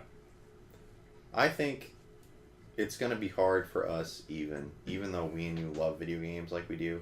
We were that generation still, the last generation of people to really to be told and conditioned that sports were sports, as football, baseball, soccer, Right. fuck soccer. Fuck soccer. But you had to be physically and emotionally abused while you did it. And video games were not a part of that when we were kids. Your parents and my parents especially, if I would have said, I'm not going outside to play, I would have gotten my fucking video games taken away from me or something. Oh yeah, like I said, my parents, they monitored how much I played. So it would be like, you did an hour of reading, you could play an hour of video games. And I hated reading, so all I did was go outside and play. You know, I didn't play video games a whole lot at my house. I would if I went over to, my friend's house next door or something like that. I play video games for hours over there. But yeah, and that's the thing too. That's what I would do that too. I'd be like, oh, I'm gonna go play outside. Okay, I'm just gonna go over to my friend's house and play Sega. Yeah. He's got games I don't have because back in that day, we didn't own every console that ever came out. I didn't. The only console that we owned was the Nintendo, and then the Super Nintendo, and we never owned, Sega or Sega CD or anything like that. What? Where are your old consoles at? Where are my old comic books at? Where are my old G.I. Joes at? Good point. They're all gone, dude. They've vanished into thrift stores, probably, actually, because my mom loves to give stuff to thrift stores. That's fucked up. Eh? That's a good podcast topic right there. What? Stuff we lost as kids because Everything. our parents were assholes. Well, my parents aren't assholes. My parents were. My parents aren't assholes. I think throwing general stuff away aspect. that your kid likes is asshole-ish. Agreed. So my mom just really hates stuff. She hates clutter. She hates stuff around. So she would always get rid of stuff, and she would always get rid of my favorite shirts that had that hole in it or something. It's like, man, that's my shirt. I love that shirt, and she'd get rid of it. It's just that's who she was. She would get rid of shit around the house that she just didn't feel was worthwhile. So when I moved out, I had crates of probably I probably had a crate and a half of just comic books, older comic books and stuff from my time. And then I had a bunch of G.I. Joes. And, after years, they just disappeared. And I know what happened to them. They got given to thrift stores. Because that's what happened to all my stuff. Ugh. And that's the thing, is then persons like you come by, and then they get it for very cheap. So hopefully somebody's enjoying them, right? I had some of those. Thrift stores are like hit or miss, though. It depends on who she gave it to. If she gave it to Goodwill. Goodwill's just going to mark them up. We have a couple thrift stores around my neighborhood, so I should probably just give it to the ones down the street or whatever. But I had some of those, the foil covers. Dude, that's so fucked up to me. Why? Why would you do that? It's just... that creates sicknesses and illnesses? Yeah. Look at me. Look at you. So now you have to make up for the stuff that you recreating my childhood piece by piece. Yeah, sure. But it's cool though. I mean, looking at this Earthworm Jim poster right here. Those are I played Nintendo Power Earthworm posters. Jim for I can't remember how long I played that game. But it was just fun. I just sat down with friends trying to beat levels, and then you pass the controller back and forth. Every time I die, you get it. Okay, you died, I get it now. Yep. And you're just trying to beat this level. And whoever beat that level felt super accomplished because 3 or 4 lives were used on that, and you're the one that conquered it. Exactly. And that's bragging rights right there, man. Yeah, check that out. All goes That's what I back do. to bragging rights, It is. which you don't get in modern games now. Well, you do. You just have to pay. Man, for that's it. shit though. I mean, I have stuff. I had a whole toy box. Imagine, I know you guys can't physically see this, so imagine up to about your kneecap, if you're an adult, of a wooden toy box stretching from, I don't know fucking measurements. So this is a foot, and your dick is about an inch or something. It is whenever I think about having sex with you. I hope so. Dear God, I hope so. If you got a raging boner and you thought about me, I would have some problems with that. No, Every time I come over, you're like, hey! In all seriousness, it was probably like 3 foot deep and probably 5 foot wide toy box. Wooden toy box. And I had everything from my childhood in that toy box. I had all of my Terminator toys, my wrestling toys, Jurassic Park toys, Mighty Max, Stretch Armstrong, Power Rangers, and Ninja Turtles. Randomly, just magically disappear. No one knows what the fuck happened to him. But I know what the fuck happened Somebody to him. knows what happened to him. Except my parents weren't like yours. My parents weren't like, oh, these toys might be better off at a fucking Goodwill or Salvation Army. You know, both those places suck. A thrift store. No, my mom would be the one that would be like, he doesn't need these anymore. Fucking trash. Oh, like literally the trash? Yeah, the trash. That's even sad. That's more sad, dude. Yeah. Like, to think that all that stuff got in the dump.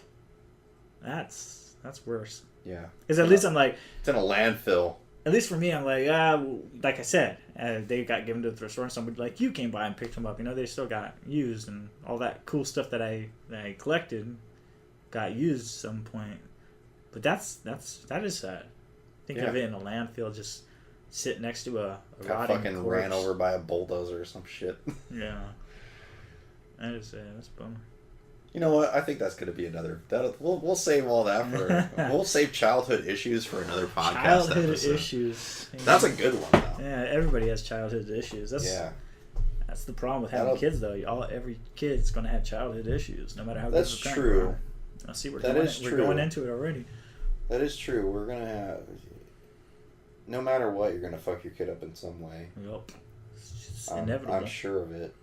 But there's big differences of accidentally fucking them up and making sure you go out of your way to fuck them Well, there's up. a difference of just raising a kid and then being a fucked up person and raising a kid. Yeah. You know? Two different things. Well, that's going to be a fun episode. That should be a whiskey episode. A whiskey episode, huh? We'll do some shots? That'd be interesting. We're drinking beer right now. Yeah. Sierra Nevada. Yep, the Costco Reserve. Costco's good. Give you like 20. Yeah.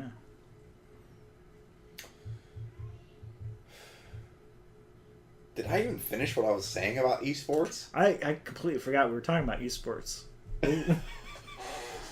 I was saying esports. I'm going to end this real quick about esports. Okay. Esports, we grew up in a time where sports were supposed to be physical, mental.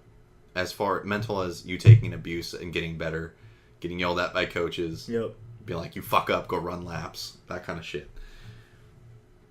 Esports wasn't a thing when we were kids. And we were beaten into our heads that video games were supposed to be played when you did your homework. And it was a toy, basically, just like everything else.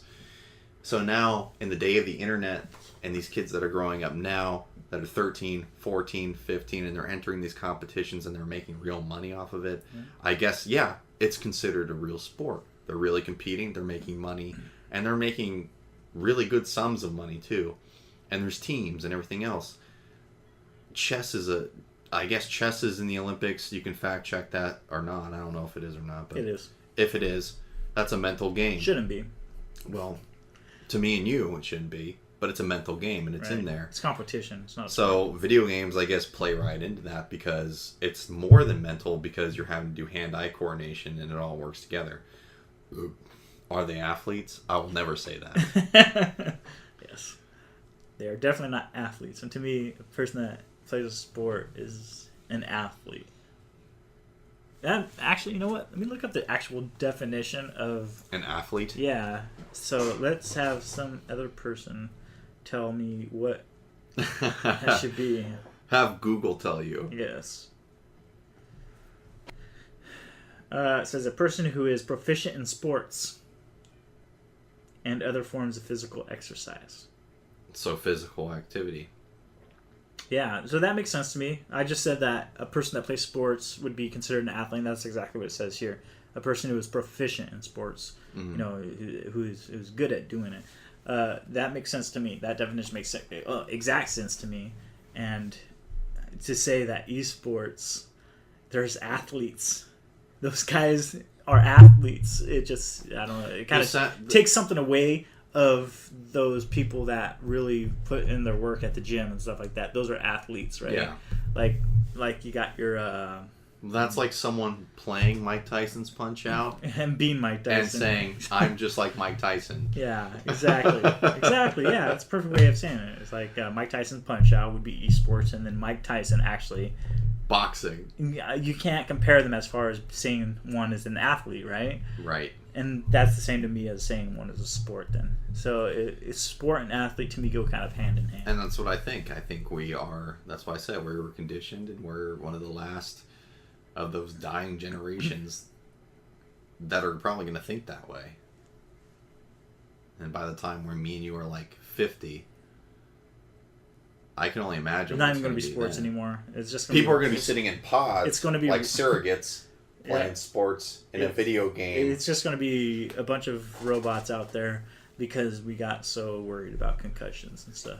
Oh yeah, everyone's going to be so pussified. Actually, I wouldn't be surprised by the time we're 50 if everything was like fucking surrogates with Bruce Willis. Yeah. And everyone's in a pod, and the fucking athletes that play in the NFL are all just in pods, fucking sitting there, with their eyes closed, playing esports. Exactly.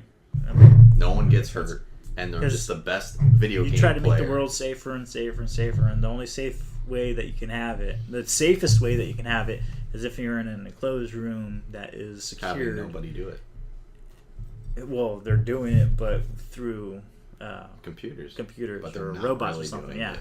So you have to be in an enclosed room that nothing can get into. That's like, are those people that do battle robots? Exactly. Are they athletes? I don't consider them athletes either, and I don't consider that a sport. It's a competition. Mm-hmm. You know, there's a difference between competition and sports. It's like shooting. And that's not putting down like those type of things. Absolutely not. Or video games. I couldn't build a fucking fighting Like I said, robot. I highly respect it. I watched it for 5 hours a day for like a week. You know, I super respect it. But I'm not going to say that those people are athletes, and I'm not going to say that that's a sport. It's a competition. It's a video game competition. And competition in itself is an awesome thing. I feel like I can't disagree with you. I feel like, though, that's just us, though. I feel like we are the last of the dying breed of generation that are going to think that way. Yeah. Especially with most kids now, it's like, they don't want to play sports. Why would I want to go run around outside and get sweaty when I can sit here and play Call of Duty and potentially make money on Twitch or join a team? Or it's like, well, yeah, I'll run around and do this and this, but I have all these restrictions now because I'm allergic to grass. Oh, God. So now the grass field has to now be artificial turf. Someone might have spilled a peanut on a grass once 20 years ago Exactly. and I might die from it. So that's what's going to ruin sports, I think, is like, yeah, things like that, where I'm allergic to this, or I can't get bruised, so now everybody cannot hit me. I'm going to wear flags. Do they still sell peanuts in fucking sports arenas? Yeah, in sports arenas they do, but sports arenas and schools are. And has there been a recorded death of anyone dying from a peanut allergy? Do you think in a fucking sports arena? Probably not. Probably not. If it happened, you would think they would stop. In the last 20 years, well, at least when we were kids growing up, all the way up until... We went to a Kings game recently. They were selling peanuts there. Yeah. Yeah, they were selling hot peanuts, actually. And the Kings suck, by the way. They lost. Well, they always lose. Yeah, well, they suck. When we grew up, I don't remember there ever being such a thing as peanut allergies. There was no fucking special peanut kid table in my school. We called the kids peanuts sometimes.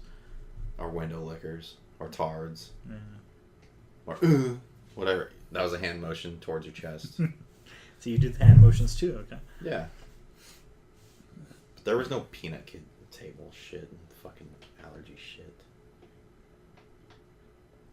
Unless, being a little kid, I just was so oblivious I don't remember, and it's always been there, but I doubt it. I think it was there a little bit, and it's just been...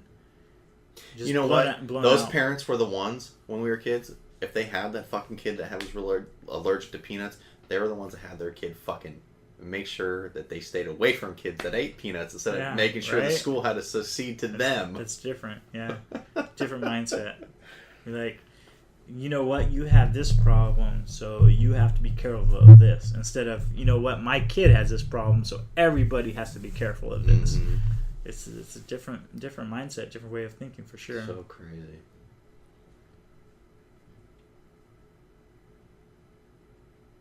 So weird how time has changed. Things that were acceptable on TV when we were little, in movies, rating systems, like movies when we were kids, have been re-rated over and over and over again. Really? Did you know that? No, I didn't know that. Yeah, they re-rated Jurassic Park. What did they re-rate it to? PG-13. It was PG-13 before. No, it wasn't PG. First Jurassic Park was PG. Guarantee it was PG-13. Well, whatever. They've re-rated movies. They've re-rated movies from when we were kids. They still have movies, though, that, like, if you would watch The Great Outdoors, John Candy, Dan Aykroyd. Yeah. Movie was rated PG when we were kids. It was a great movie. It's rated PG when we were kids. I guarantee it's not rated PG now.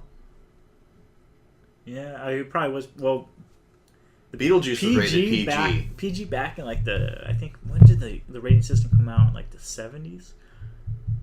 I want to say 70s. I think the perfect example is But Beetlejuice. PG back then, when it first came out, PG would have like nude people in it actually. So then PG was actually really kind of raunchy in a way. And then well, you know what? There should have never been anything besides G and PG. Parental guidance. There should have never been 13 Isn't and that R. Everything though? It's like good for everybody. After this, yeah, you know what? Parents should guide you. Yeah. That's about all. There should only be G and PG. That's exactly what it should be. Beetlejuice is a perfect example. I grew up watching Beetlejuice when I was a little kid. Yeah. I watched it as an adult.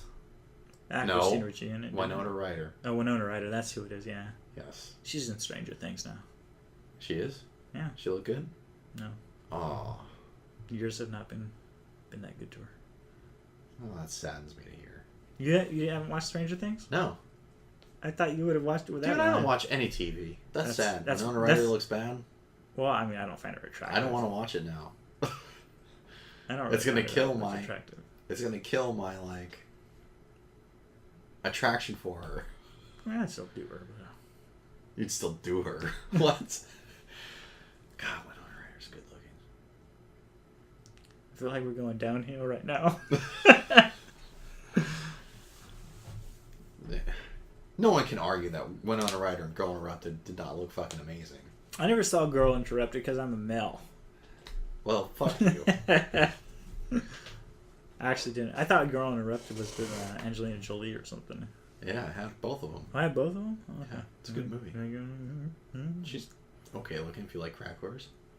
No, I'm talking about did them two. They made out. They did? Yeah. Oh, well, this might be a movie to see then. It's a good movie.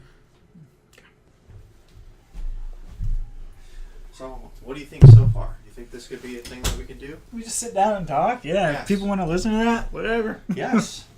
They do.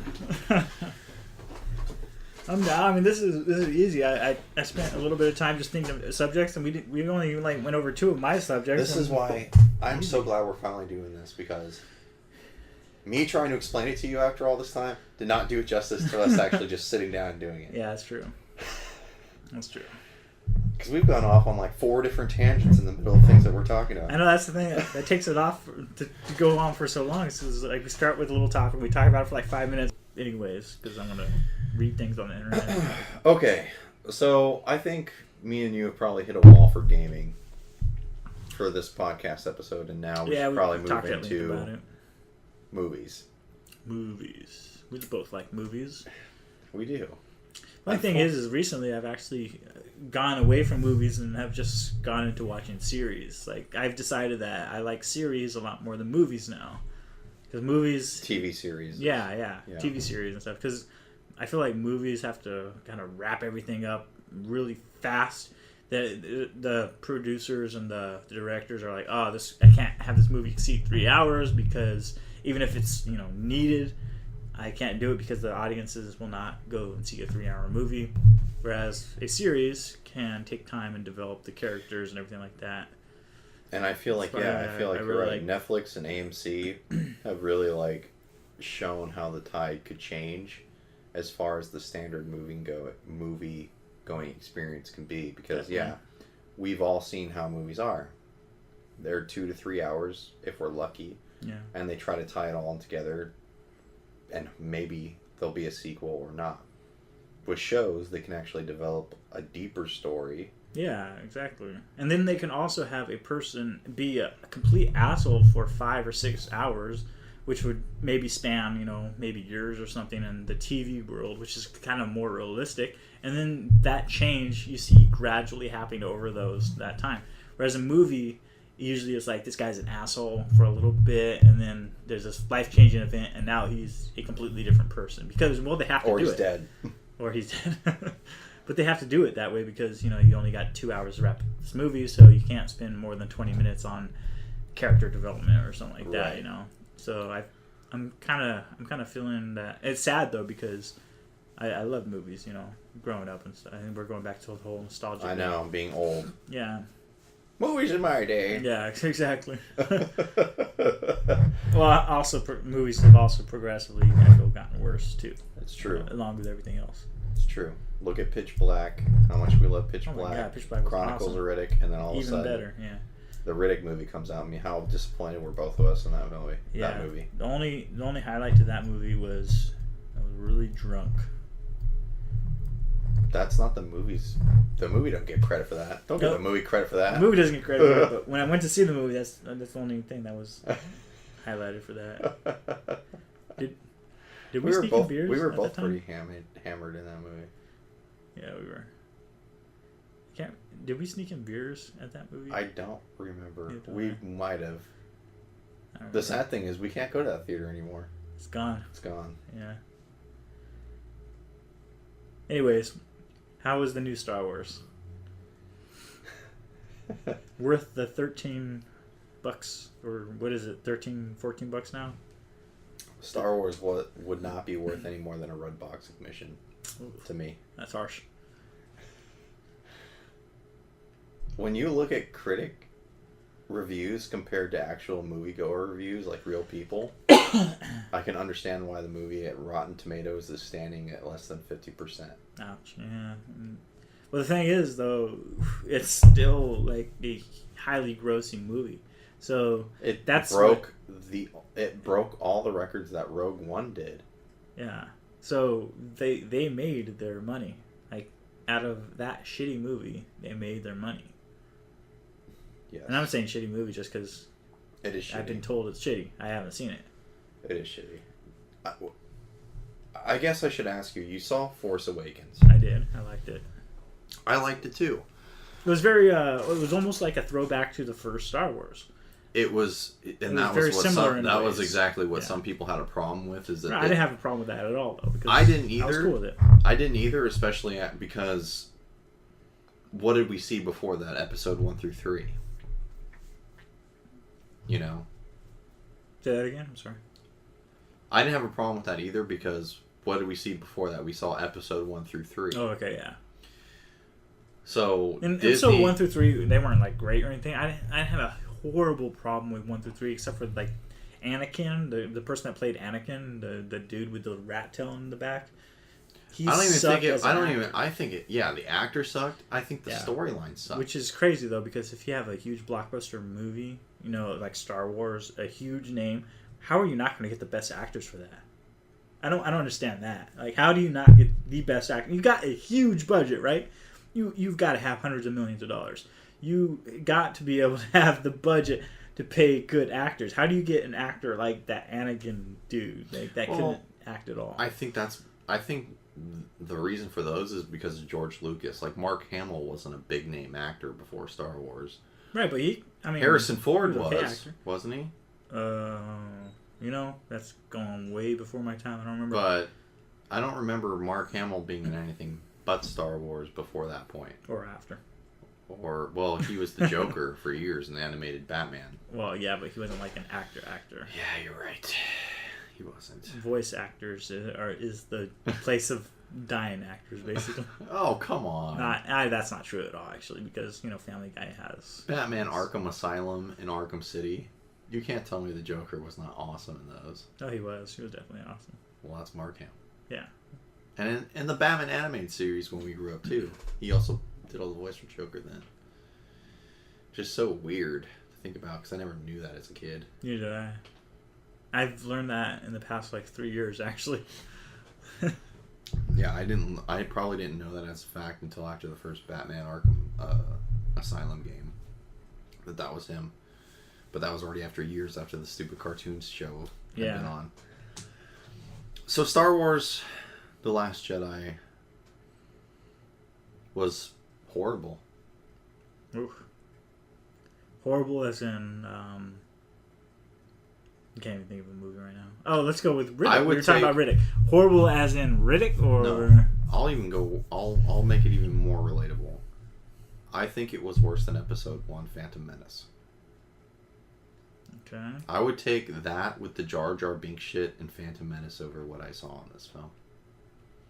Because at least Phantom Menace and Episode 1 had a story that was coherent.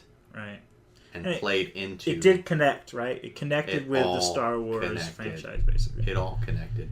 What did we see in Episode 1 through 3? We saw the rise and fall of Anakin Skywalker. Yeah. And then what did we see through Episode 4 through 6? We saw freaking Darth Vader. We saw Luke Skywalker. We saw Darth Vader, his rise and fall back to grace. Right, because his kids came back, or Luke came back in his life, and that's what kind of we saw his redemption. But the cool thing about that too is that you almost think that Darth Vader was always waiting for that, though. In my mind, Darth Vader was always waiting for his... Because when you watch A New Hope... turning. Almost. When you watch New Hope, Darth Vader's an evil motherfucker. He killed a bunch of people in that film, and he did not give a fuck. Right. And he was ready to kill Leia. Which is his daughter. For somehow... I've always questioned this, how he didn't know that. He had to have, being right? into in the... No, he didn't. He didn't? Because remember in... I remember. Remember in The Empire Strikes Back... Probably one of the best ones right there. I'll find out through... Sister. You have a sister. And then that's when because he reads Luke's mind. I don't remember that. Yeah. But anyway. This movie, though, The Force Awakens, this movie that people have been waiting for years, comes out. Majority of us who grew up with A New Hope and everything like it, are there things that I can understand why people wouldn't like it? Was it playing it safe? Was it really playing close to nostalgia of A New Hope and things like that? Yeah, but you know what? I think that's what it needed to make it feel like an actual Star Wars film and not make it seem like a joke. Right, there was nothing in that seemed like a joke to me in Force Awakens. I had fun watching it. It felt like Star Wars. Yeah. And it felt like, oh my gosh, we might be going back to how Star Wars should be. Last Jedi. It should just be called the last Star Wars film ever. Because they literally took the biggest step back that I could even imagine ever happening. So they couldn't have done worse? They couldn't have done worse because I like Episode 1 better.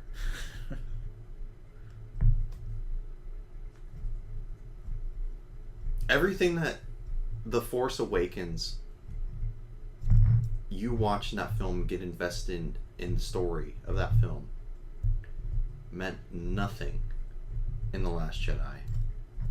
So we need to have Hot Waffles do a song about this then, huh?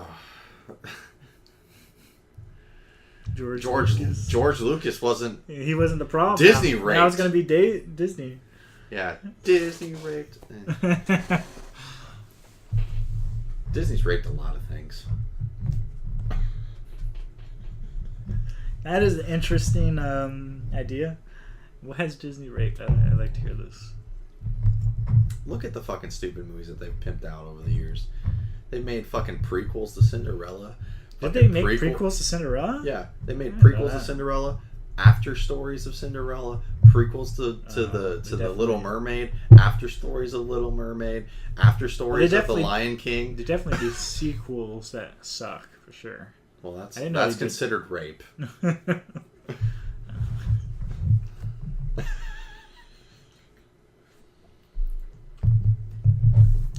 You're raping Mufasa's corpse. Oh, Mufasa. So back to Last Jedi, though. So what was okay? So everything that imagine follow... you saw Force Awakens. So imagine everything you saw in the Force Awakens. Rey's story. Somehow she's able to use a lightsaber. Somehow she keeps on having these flashbacks to where it leads you to believe that she's somehow either related to Han Solo or she's related to the Skywalker family bloodline. Right. Then there's the part where she finds Luke's lightsaber. And she's getting all these flashbacks of Darth Vader and Luke Skywalker. Right. She's got to be connected, right? She's got to be connected. The Last Jedi shatters all of that. She's nobody. Did they get a different director for The Last Jedi as from the other films? I wonder what happened. It's so different. This is how they set up these new Star Wars films. And I said this for anyone that's interested in my Star Wars impressions video that's on this channel. They got 3 different directors for each movie. They didn't give full control to one director to direct all 3 of these new trilogies. And for me, that would be like Peter Jackson not being able to direct all 3 Lord of the Rings films. Right. Imagine he got to direct Fellowship, then all of a sudden Spielberg got to direct the next one, and right, be Lucas. A different feel for each movie, right? And exactly. I kind of don't want that with the trilogy. No, you don't. You might as well just write a whole new fucking storyline then, and not even base it around the stories of these characters that are supposed to be coherent in the same universe. So we find out Rey's a no one. She's a nobody. She's not related to Luke. She's not related to Han Solo or Princess Leia. So do you think it was maybe like a throwback to like Anakin was a no one too? So, and yes, I feel like they're gonna try to pull some stupid crap with like Metachlorians crap. Metachlorians, right? Yeah. If anyone doesn't remember, this is where they introduced that in what episode 1. Yeah. Where the Force wasn't the balance of all things that certain people could feel running through them and control life and balance. It was some fucking X-Men disease. Yeah. That runs through your blood and cheapen everything about the Force. Yep.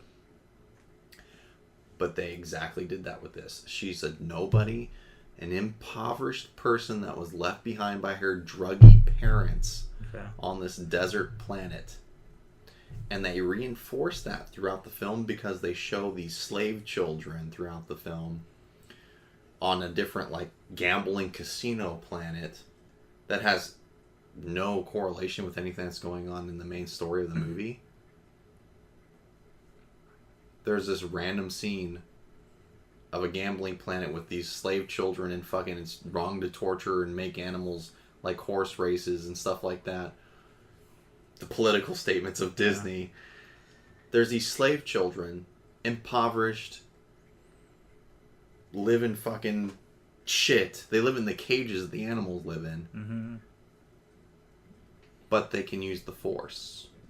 The kids, all the kids they show it at the end of the film, at the very end. Oh, what? That this kid is like slave kid. They're all telling stories of like what happened in Star Wars, you know, as like dolls and toys, like they did with the fucking Ewoks and C-3PO. Okay. The fucking like orphanage leader comes out and yells at them, and they all run out to go do their chores, and the kid's looking up at the stars. And he does this, and the fucking broom levitates to his hand. And this is at the end of the movie? Yes. So they're like, what do they make us? They're basically saying like, oh, you're poor, you have a chance or something. I don't know. Like, yeah, basically they're saying that it's metachlorians all over again. It's not the Force. And why is it always these fucking like slave impoverished fucking children? That makes sense to me though. Like, because you always want a story of redemption or like of rags to riches. You know, that's kind of a basic theme. In you would think if you came from an orphanage where you're getting the shit beat out of you every day and you're living in a cage with animals, what's that going to create? You're going to go to the dark side. You're not going to believe in the fucking Jedi Order, especially because the whole point of that stupid casino scene is that stupid Finn character and the stupid fat Asian girl character that they introduced in this as his love interest. I have no idea what you're saying right now, but yes. That's his love interest, is some fat girl now. Who's girl. Finn, the black guy. Oh, the black dude likes a fat Asian girl? I thought Finn was going to get together with Rey. No, and that's another weird thing that I'll talk about later. Rey somehow got fat within the... She got fat? Yeah. What? And she's odd looking. Her face is odd looking, and then we did the research afterward. I thought she was hot. Yeah, she was good looking in Force Awakens, and all of a sudden I was like, what the fuck? Why does she look so fucking weird here? And then we did the research afterward. Apparently she used some excuse, the real actress, that she couldn't handle the fame after being in Star Wars, and she gained a bunch of weight. Really? And for some reason, she didn't have to lose it to be in the movie. That makes sense. So we see her skinny and good looking at the end of The Force Awakens, and this movie's supposed to pick up right up after. Yeah, and she's ballooned up. A tubby. Really? Yeah. I didn't hear anything about her being like big or anything like that. That's very I'm going to pause it right here and show you a picture. I'm showing a picture to Brett right now of Rey from The Force Awakens, our Last Jedi.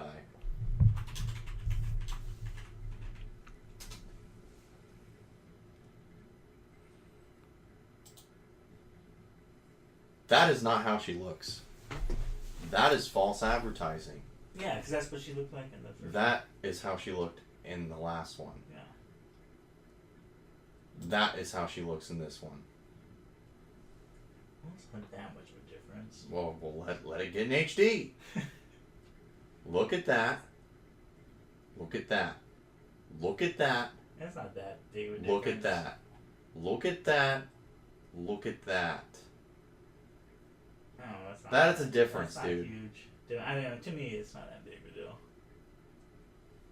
If she was like, you just haven't seen pussy in so long you throw stones at it. Don't fucking give me that. She's. I mean, yeah, she's bigger, but she's not like big. Like, you can't do that though. You can't do that. Right, I agree with you in that sense of if you're going to pick off at the last movie, you have to look the same. And there's been tons of actors you're rich. And you're rich. So you have a nutritionist and a dietitian and all that shit. This is Disney and Star Wars. But you cannot tell a woman to lose weight. This is like, yeah, you can. Not now. I'll do it. I'll be the hard hand at Disney and be like, you know what, bitch? Well, Disney needs to hire you, apparently. Then. You know what? This was as bad as watching an episode of Friends. Chandler on cocaine, Chandler off cocaine. Somehow he magically gained 30 pounds at the end of one season. You see him stick skinny, and then he's a fat fuck at the end. Within one episode. Yeah. And they just all act like it's... nothing happened. That's exactly how this looks with her. And you'll see it. It will bother you because her head looks like Frankenstein square compared to how it looked symmetrical in the first one. It's weird. But why should I be surprised? Because they don't give a fuck with the story anyway. I think I'd have to see it because... I'll see you with you. Judging those two pictures together, I don't see a huge, huge difference. Like, she didn't balloon up that Did you big. see a difference? Yeah. But that's enough. Okay, but not that big of a That's difference. story breaking. I guess so. That will pull you out of being in the atmosphere of Nothing happened. Was that the biggest thing then? Because that's the first time that I've ever heard that. That it was like... It's because everyone is such a pussy nowadays and doesn't want to be like, this girl got fat. But that's the first time I've heard you say it either. Well, it's not the biggest flaw with the movie. Okay. It's a flaw, though, for sure. I can agree with that. It is a flaw, for sure. And as an actor, you should... Just like with the Friends thing I said, you don't ever hear anyone talk about that. Yeah, I actually don't. But I'm sorry. You can't just break physical form like that. This isn't the fourth wall. You're not realizing that Star Wars isn't real, and you're looking at me like, I'm sorry, I wasn't on Weight Watchers today. Well, plus, there's been numerous stories about actors and actresses gaining weight, losing weight, getting muscular, getting skinny for roles, right? So right, for years. So the fact that they said that, it's okay. I mean, how did nobody say anything then? If it's that big of a deal. I don't know. But look at how the movie ended up. Crappy. Apparently. So you remember Snoke? The big giant fucking like hologram that Kylo Ren was talking to? Yeah. We all thought he was going to be like some major character in the film. Mm-hmm. He's nothing to. What do you mean he's nothing? Because in The Last Jedi, they show him.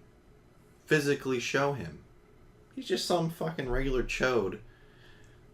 As big as you or me. And somehow, though, he's super powerful. He's like more powerful than even the Emperor was. He can control fucking lightsabers. He can make sure he's force holding Rey or Kylo Ren while holding a fucking lightsaber. But I don't understand what you mean. He's like just a normal person. He's just like a he looks all fucked up and deformed. But somehow he has like these evil Sith powers like the Emperor did. Mm-hmm. But it's all for nothing because we learn nothing about him. And he dies. He dies like... He's dead permanently. He gets cut in half.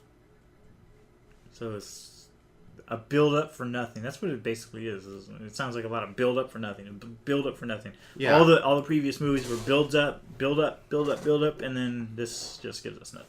Yes, exactly. And they show us all these powers that Snoke has. He's able to sense the Force. He's able to take lightsabers away. And all this shit. He puts Rey's lightsaber right next to him. And he's telling Kylo Ren to execute Rey. Right? Mm-hmm. He's acting like he's gonna do it. But Kylo Ren, being all sneaky, he's doing this with his hand by his side, which he has his fingers by his side, twinkling them around. And the lightsaber's like going like this next to fucking Snoke, like shaking around. Is he holding it, or is no? He's sitting on a chair, and it's sitting right next to him on the armrest, and it's like shaking around. But he can sense the Force. Yeah. Right? Nope. Kylo Ren turns it on, chops him in half.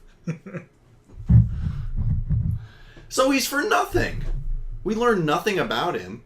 Except that he was super powerful, but somehow stupid. Super powerful, but somehow stupid. Chewbacca's in the movie for some reason. Which makes no sense for him to even be in it, except for to sell merchandise with the stupid penguin fucking characters that are trying to I heard about that. The little penguin dudes. Like, why are they in it? Everybody was like, why the hell are these little dudes in it? Make no sense. Not only that, but there's giant plot holes. Like, where characters just disappear randomly. And you never see them again. R2-D2 was in it for literally maybe less than 5 minutes. And you never see what the fuck happened with him after that. Luke Skywalker talks to R2-D2 for about 5 seconds in the Millennium Falcon. And you never see R2-D2 again throughout the entire movie. But you're seeing C-3PO the whole fucking time. They're always together, though. No, they're not in this.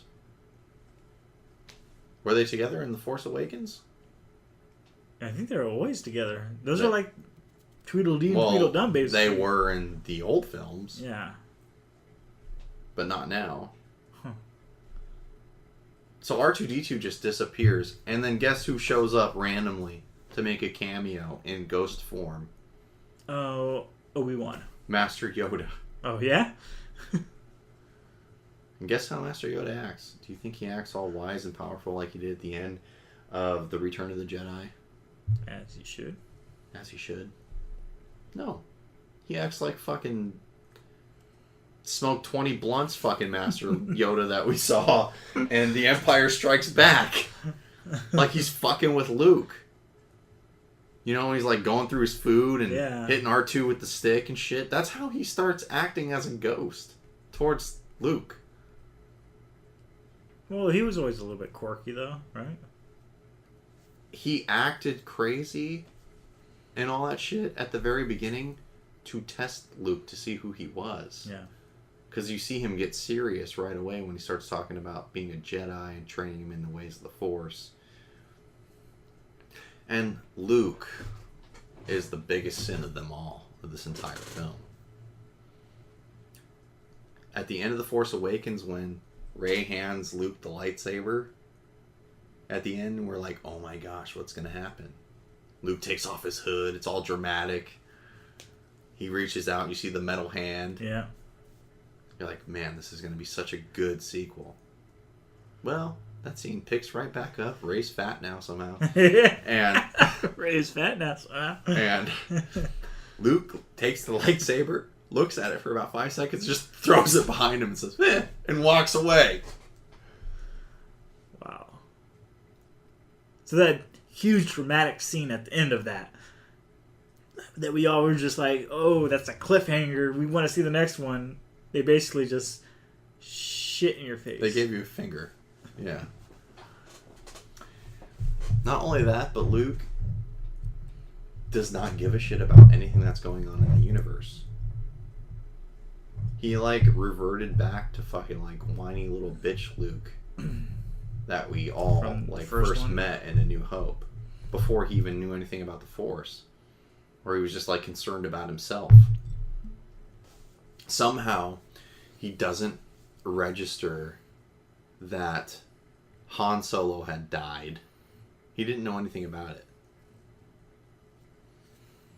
He didn't care when Rey told him what happened, that Han Solo died. And he didn't care that Leia was gonna die. Yeah. All he cared about was fishing and milking the tits of these fucking creatures sitting on the beach and milking the green juice out of their tits and drinking it in the really fucking disgusting looking way. Gross. He like had a fucking green titty milk mustache. Green titty milk. And he had the creepiest fucking look on his face. Alright, what's this about Princess Leia being Mary Poppins? Okay. So you ready for this? Somehow,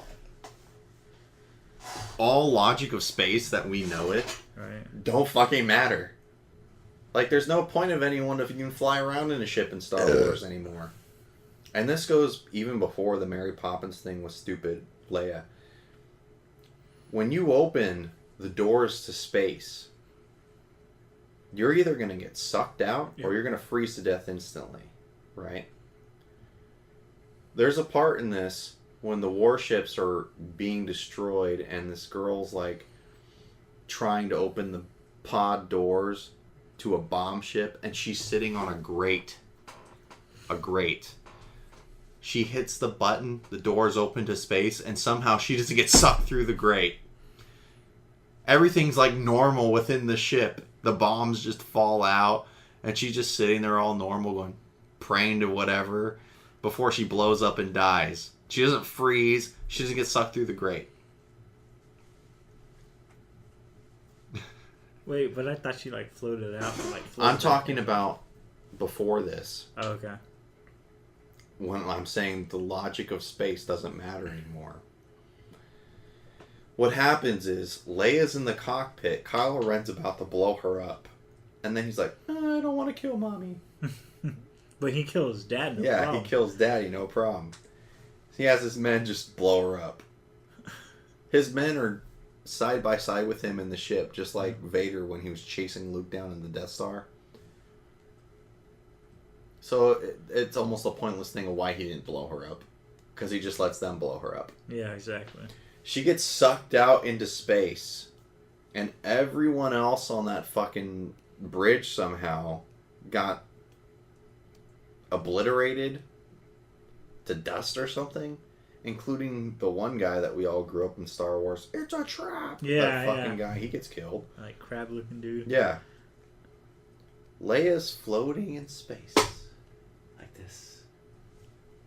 Her body looks frozen.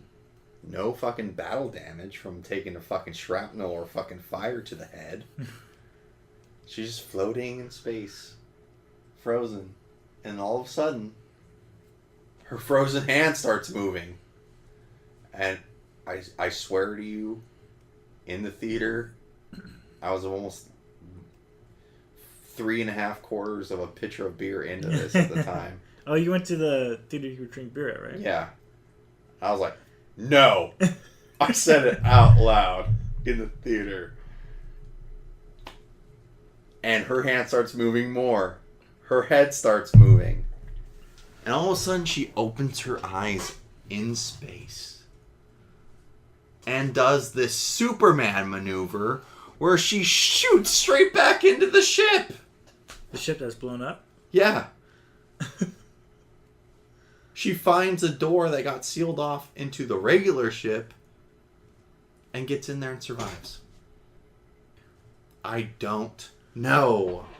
Like, they didn't... From what I heard also is they don't use her at all throughout the movie either. After that, no. She's like in a coma she's or something, like right? gone for like the majority of the film except for the very end where she's sitting down and saying some stupid shit that doesn't even matter. So they could have just killed her off and it would have not affected the movie at all, right? Exactly. And she's dead now, so... Yeah. So I don't know what they're going to do with this next one. What recycled film footage or whatever CGI they're going to try and do with her now. Well, they're probably just going to say she died or something. So, back to Luke, though. Yeah, Luke doesn't give a fuck, doesn't care, doesn't do a shit. And at the end, they all, the last of the rebellion, make it to this one base that they've been trying to get to this whole fucking time. Because that's basically what this whole movie was, with the rebellion trying to get to this one base the whole fucking time. They're in the base, and Kylo Ren and the entire Empire, or First Order, are shooting down, trying to destroy it.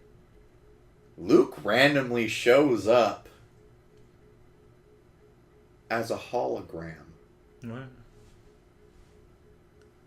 But you're not supposed to know this. You think you're about to watch something finally epic go down. Luke. AT-ATs everywhere. Ships everywhere. I have a question. Pause right there. Are they AT-ATs or AT-ATs?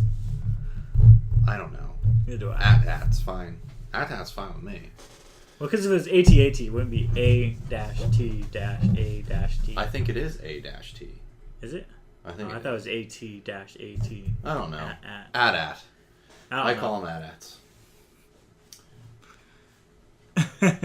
AT-ATs everywhere. And the AT-ATs look weird, too. They look different now. Really? Yeah. Oh, they were so cool looking, though. Yeah, they look stupid now. It's like big old, like, legs. And... They still have those, but, like, the whole head mechanism and stuff looks all fucking weird now. But there's AT-ATs everywhere. It's like 20 of them. Ships. Everything. And there's just Luke standing there in front of all of them. And you're like, finally, something really cool is about to happen here. He's gonna fucking take on the entire First Order as a Jedi and destroy everything somehow with these massive Fucking cavalry rushing in, man. Yeah. Master Jedi powers. Kylo Ren's in the cockpit of one of the AT-ATs. He stops everyone. He just yells, "Stop!" They all stop. He's like, "Everything you have, fire on that man." And every AT-AT and every ship fire on Luke to where there's a fucking crater in the ground. Luke walks out of the smoke and just looks at him and goes, and I was like, something cool's about to happen. Kylo Ren goes down to have the face-off with Luke. Luke's a fucking hologram the whole fucking time. From the planet that he's been hiding on this whole fucking time. So how does the hologram get there? Like, you can't just have a hologram He out of nowhere, right? somehow Jedi mind fucking transported a hologram there. He's sitting on a rock levitating and somehow Like makes a hologram like of himself appear there. And this is the biggest sin of the entire movie. You're gonna be blown away by this. Okay. I've been blown away by most of it, actually. Yeah, but this is really the cake. This is what takes the cake. Okay. After he gets done being a hologram, he just kind of like lays there being an old man. He's like, kind of like he did it or something like that. Gets up, looking at the sunset. And it's almost like this cliche bullshit where they're showing two sunsets. One falling, one rising. And I almost was, to me, what it said, it's like, goodbye old stuff. Hello new stuff. You're old, Luke. We don't care. Kind of, because just how Luke looked at the sunsets on Tatooine in A New Hope. Mm-hmm. The two sunsets. Luke gets up and sits down on the rocks and dies. What? Dies. From what?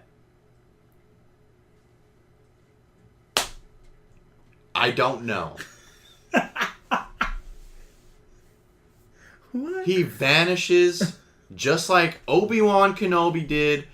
Oh, just his clothes are left behind? He just... Yeah. Why?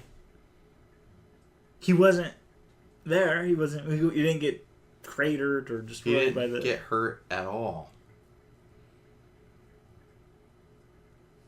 It was like, did he die from old age randomly? What the fuck happened? But Luke is now dead. Okay. And that's how he dies.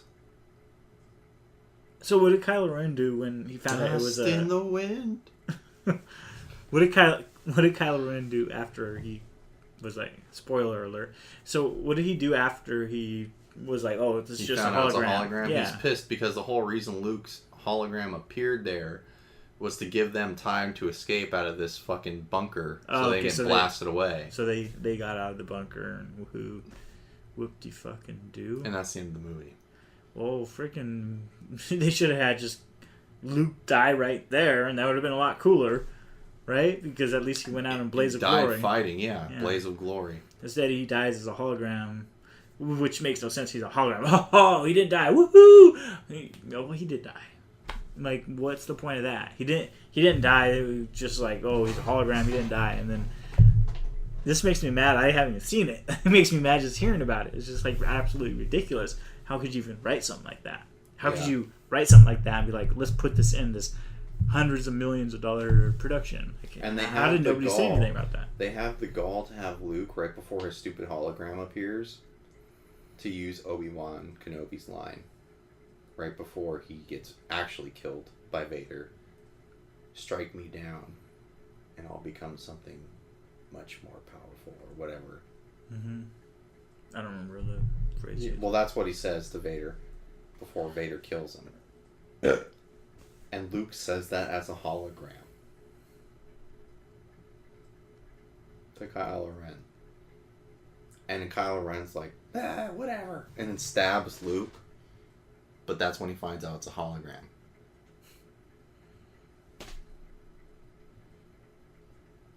And Luke's just like, he looks Kylo Ren in the eyes as a hologram, says, see you around, kid. And that's when the hologram disappears. And Luke just dies. So, that makes no sense. It's like, oh, No, I'm it a hologram. doesn't. Ha ha! You didn't kill me. Yeah. I'm gonna die. Luke right like here. forgot to fucking take his heart pills or something. Yeah. His cholesterol medicine. Woo, that's pretty bad. It's pretty bad from what I hear. And I sat from through all the the stuff that I'm 15-minute hearing, credit from everything scene, that's and there awful. was no end credit scene. It was what? I sat through the 15-minute credits, Yeah. and there was no end credit scene. Oh. I thought for sure there is no way they're gonna end it this stupid. There has to be some like weird twist ending here. Right, just for the people that stay, right? The real fans. Yeah. Yeah, the theater was cleared out. There was like 4 people besides myself. Nothing. And I feel as gypped, if not even more gypped, when I saw Alien Covenant. Where I just stood up and wanted to say, fuck you, to the screen. Yep. Yeah, Alien Covenant was bad. Which segues perfectly into the next topic of Ridley Scott thinking that Aliens, or the Alien series, should be as famous and as popular as Star Wars and Star Trek. I don't understand that statement, though. It's like him just being Arrogant. being like, why aren't you Peblians understanding the brilliantness of my work? Is that what he's saying? Just basically? about, basically. I can easily destroy that in 5 seconds. You made a rated R film. This Alien was made for adults. Yeah. How the fuck is it going to be pandered to the general audience like Star Wars and Star Trek was when it was rated PG? Yeah. What cute characters did you have in Aliens? None. Star Wars, what cute characters? There was you had? nudity. C-3PO. There was R2-D2. Those are like little kid characters. They're like, You're oh, watching they're cute, you know? a person have a fucking Ewoks. creature. Fucking Ewoks. You're watching a movie where a creature bursts through a man's chest Yes. in one of the most graphic ways possible. Easily. That's my easy way to And we're not destroy putting down Aliens at all. Because we love my Aliens. favorite film yeah, franchise. exactly. But we can't understand Ridley the Scott is not hubris. my favorite person anymore. But there's just an easy way to destroy the argument right there. It's a sci-fi movie made for adults and adults only. You're not going to get the same amount of acclaim as you could because your film doesn't translate through generations. Star Wars will, always, because our parents showed us, we show our kids, their kids show their kids. Yeah. Aliens, like, I have to wait till my kid's an adult to show this. And by that time, they're going to think it's fucking old and dumb. Yep. Sorry, Ridley.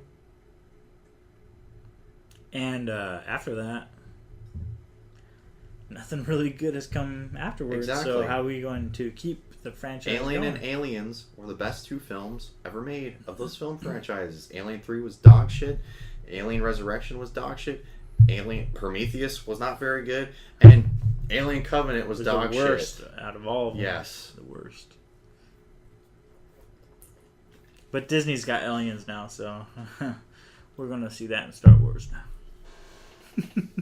I wouldn't be surprised that they made some sort of stupid Some type of Easter egg mashup type of thing thing. that's like sitting in the background super far away. It's like a fucking alien egg randomly in some fucking trader's den or something.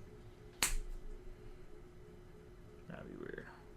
What's gonna happen in the next Star Wars? Bruce Willis is gonna walk on set and say "Yippee-ki-yay, motherfucker." That'd be funny. Holy shit.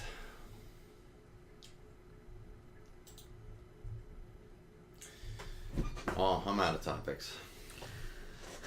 I'm out of energy. Alright, guys. This was episode 7 of the Splintered Bone podcast. This was much more fun for me to do. Having someone actually finally here and having, hopefully, be a permanent partner in the podcast with me going forward. I had a lot of fun. It was good. It was very fun. And for any of you guys that don't know, Brett and me have known each other for years. And I can't tell you how refreshing it is to actually have someone here that would not only know about video games, but me and him can talk about off topics such as sports. Yep. We could talk politics for sure. And we could talk about just about basically anything on here and not have it be just a normal typecast podcast where we're just going to talk about games. Just one type of thing. It'd be kind of cool if like people wrote in like for stuff that they wanted us to talk about. Actually, well, that's what's the funny thing. I know right now they don't know us too well. You know, they don't know like my personality very well or anything like that. But like later on, you know, maybe if I do this a few more times, maybe you guys get a little more feel about my personality and my beliefs and stuff, and have some interesting topics that we could talk about. That'd be really cool. Or just anything. And I think everyone should force Brett to make sure he makes a Twitter account so you can write him on Twitter. Well, we'll see about that. What about Twitter? I think you should do it. But if you get 100 people that say make a Twitter account, I'll make one.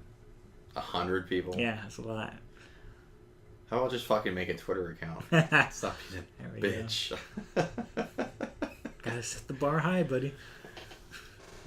But for anyone who has been a listener of the podcast, or if you're brand new, there is an email address for you to submit your 30-second MP3 questions at the splinterbonepodcast@gmail.com. Dick pics are welcome too. No, they are not. You can send those to Brett's Twitter account. Or you can write me on Twitter at RetroOrDie, questions for the podcast or statements about the podcast, and we will read them on the next episode. And thank you guys all for your support, and I hope you have a good rest of the week. Yeah, stay frosty, Sacramento. Oh, this isn't even for Sacramento, is it? Nah, fuck it. Anyway, guys, have a good night. Night.